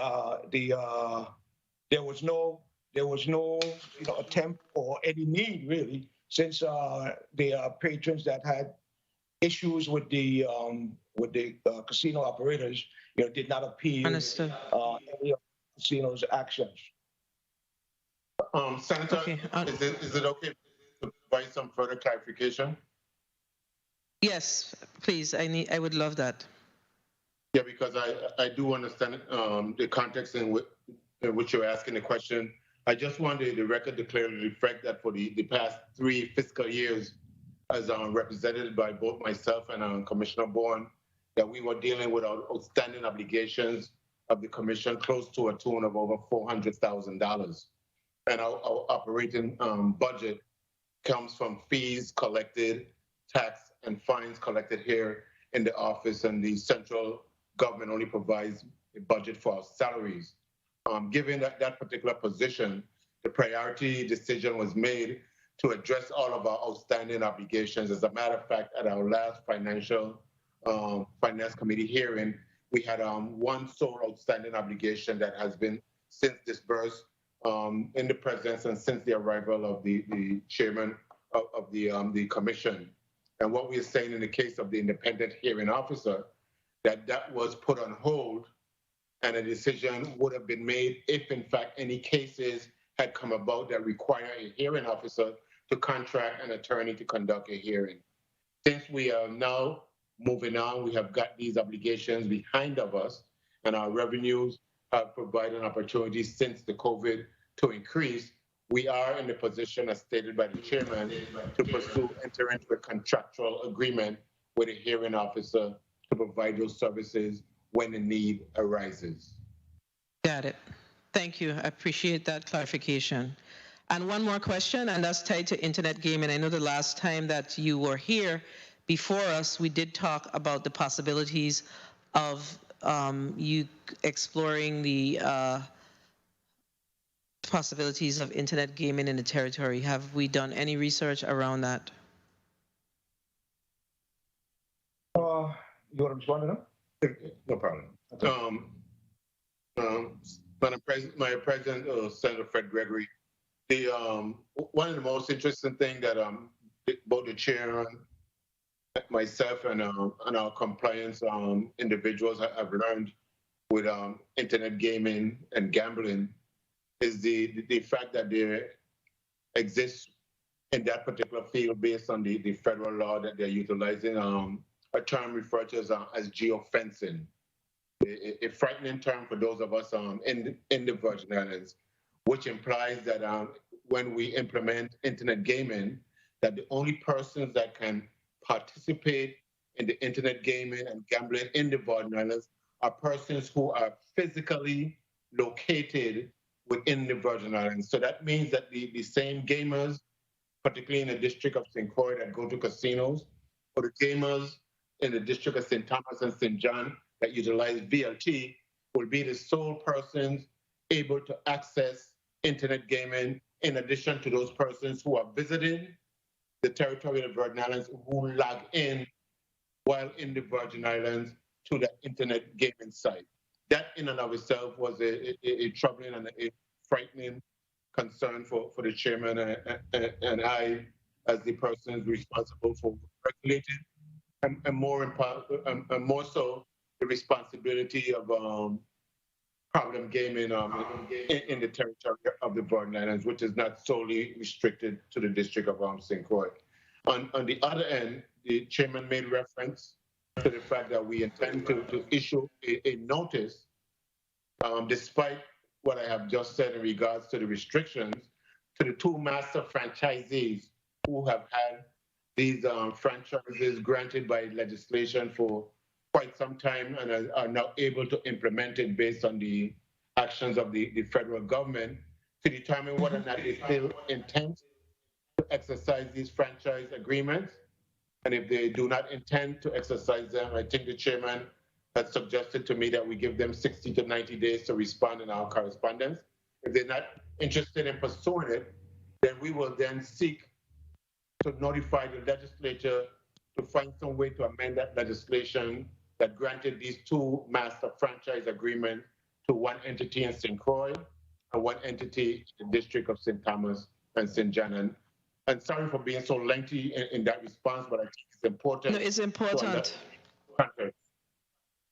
Thank you. Thank you for that information.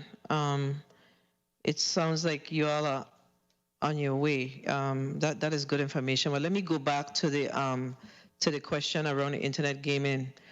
So basically, what your primary concern is, it's basically we're looking, or it's the same pool of people, so you don't truly see any new revenues coming from it. That's what you're saying? I can't say that we would not see new revenues because the same pool of people, if they're playing it. Let me put in the word significant. Yeah. Well, I can't say that. Significant. Because, what I can say is the concern of the commission is to implement the law. That's our first responsibility. In addition to that, we have to look at the impact of the law on the community in general and the gaming community that exists throughout. And our concern is that we thought, and I was a staff in the legislature when the law was passed, we thought that individuals initially would have been able to log in from California, from London, from Antigua, or anywhere to our internet gaming site, that they would gamble and on the internet gaming and gambling sites, and they would be paying revenues into this particular activity. The law, as the federal government has now allowed internet gaming to move on, and we've had this discussion with fellow representatives that we attended a conference with as recently as June, clearly indicated that in the United States, there is geofencing, and you can only game within the geographical location of where that internet service is provided. And the technology allows you to determine that if someone from outside the territory attempt to log in on this site and to game on this site, that it would not be allowed unless you are physically within the geofence of the Virgin Islands. Understood. I think you explained that. As I sit here and have this discussion with you, I want to say that you shared that with us in the last hearing. So thank you for the information. And yes, you did. As my memory, you kind of jogged my memory on it. So thank you for your open and honest responses. And I'm going to do my best to ensure that we are able to accommodate some of the concerns that you have with your 2021 budget as it relates to the portion around the general fund. Let me be clear though. Let me ask a question, because I don't have all the specifics around the law, but are you saying that the legislation around Casino Commission only allows for the salaries to come from the general fund? I want to be clear. That's what has been historically. That no, is it the practice? Is it practice or is it legislated? It's in the law. It's in the law. Oh, it's in the law. So then what I said earlier, then I'm not in a position to accommodate. No, let me correct you, Madam President. The law also provides that the legislature can make a specific appropriation that will go into the casino revenue fund for a specific purpose. And if I can jog your memory again, last fiscal year hearing, although you wanted to kill Commissioner Bourne and I for asking you to keep the appropriation to $1 million, and you was arguing and straightening me out in regards to what the budget book said on one page, and I was going with another page, and you were saying disregard the $1 million page and look at the page that limits you to the salaries. So you can't. Because it was an error. It was an error. I'm just saying, I was just jogging your memory. Yes, I remember now, but yes, I recalled, and it was an error that was made. So our responsibility is to catch those errors and make good. But now I have a better opportunity. I have a better understanding of, how this works. So you said something that's important, what the legislature can do. So if, until we could address this percentage change, if the legislature, of course, my colleagues have an appetite for it, we should try our best to be a lot more accommodating. This is a serious revenue generator, and a lot of entities within this government and programs benefit from it. So we have a responsibility to give it some attention. Thank you for the time, Mr. Chair. Thank you, Senator Fred Gregory. Mr. Pickering, can you provide that hard number to us with some specificity as to what it will be used for, so we can see when we're doing the budget markup as to whether or not we have sufficient funding that we can provide you with some assistance? Are you speaking of a hard number in regards to?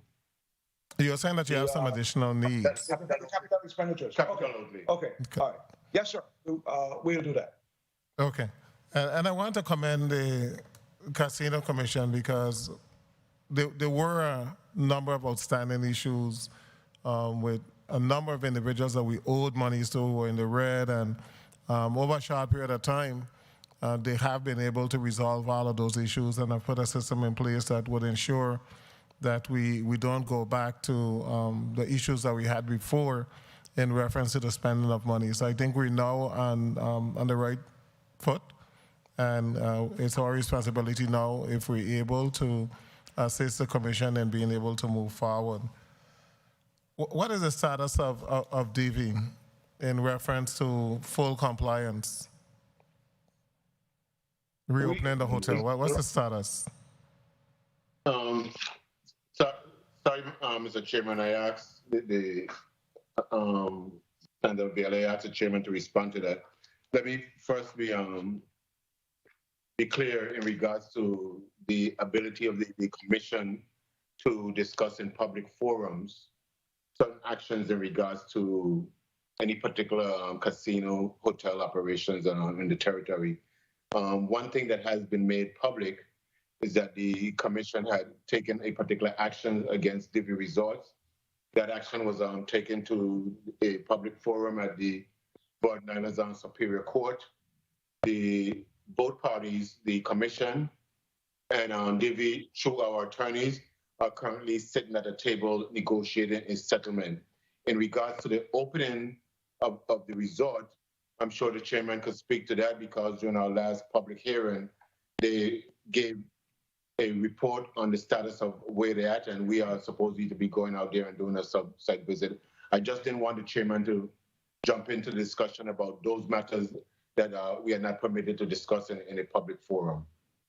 I don't know you want. And we did, as Commissioner Richards indicated at our last public hearing, DV, casino, resort, and the hotel resort and the casino, but specifically the resort, made a presentation to us as to the progress that they have made in attempting to reopen the facility. And so they came and made a presentation to us. And so if I recall correctly, they mentioned that they should have a hard opening, as opposed to a soft one that they've had in the past, in or about on or around October. of this year. Okay, a hard opening, not a soft opening. A hard opening during the month of October. That is what they said to us. Yes. Okay. And I want to, although you can't discuss it, we can discuss whatever we want. I want to commend you guys for literally forcing them to speed up those decisions, because it's literally unfair for them to be operating the hotel, a casino, without making significant progress on the hotel. So the Casino Commission is charged with that duty to make sure that they comply with the rules and regulation, and they're just not coasting along with enjoying having a casino open and not adhering to the responsibility that they must get the hotel up and running. So I am happy that they have a hard date of October. DV is important for the tourism product for the island of St. Croix, so we need them to be reopened. I know that you guys are going to be an easy group for us to really analyze, because we pay salaries, and you don't have a lot of other stuff there that we need to scrutinize to a granular level. So at this point, I don't think my colleagues have any more questions. We don't have a full complement of individuals today. I'm not seeing Senator DeGraff back, so I am going to allow you to put a closing statement on the record. Thank you, Mr. Chairman. And again, I should thank you to all the members of the Finance Committee and other members of the 34th Legislature who may have been present today for affording the Virgin Islands Casino Control Commission the opportunity to testify on our fiscal year 2022 budget request. It is our hope that the request will be favorably considered and granted. And I'd like to thank once again, my colleague, Commissioner and Vice Chair, UCR Richards, the Executive Director, Mr. Costa. Certainly, we'd like to thank our staff here at the Commission. And we'd also like to say thank you, and thanks to the post-audit staff for their courtesies and their professionalism. Thank you so much, sir. Thank you, Mr. Pickering. Colleagues, I want to thank you. Today we have a short day. I'm sure we'll go back to the long days next week. So the Committee of Finance is hereby adjourned.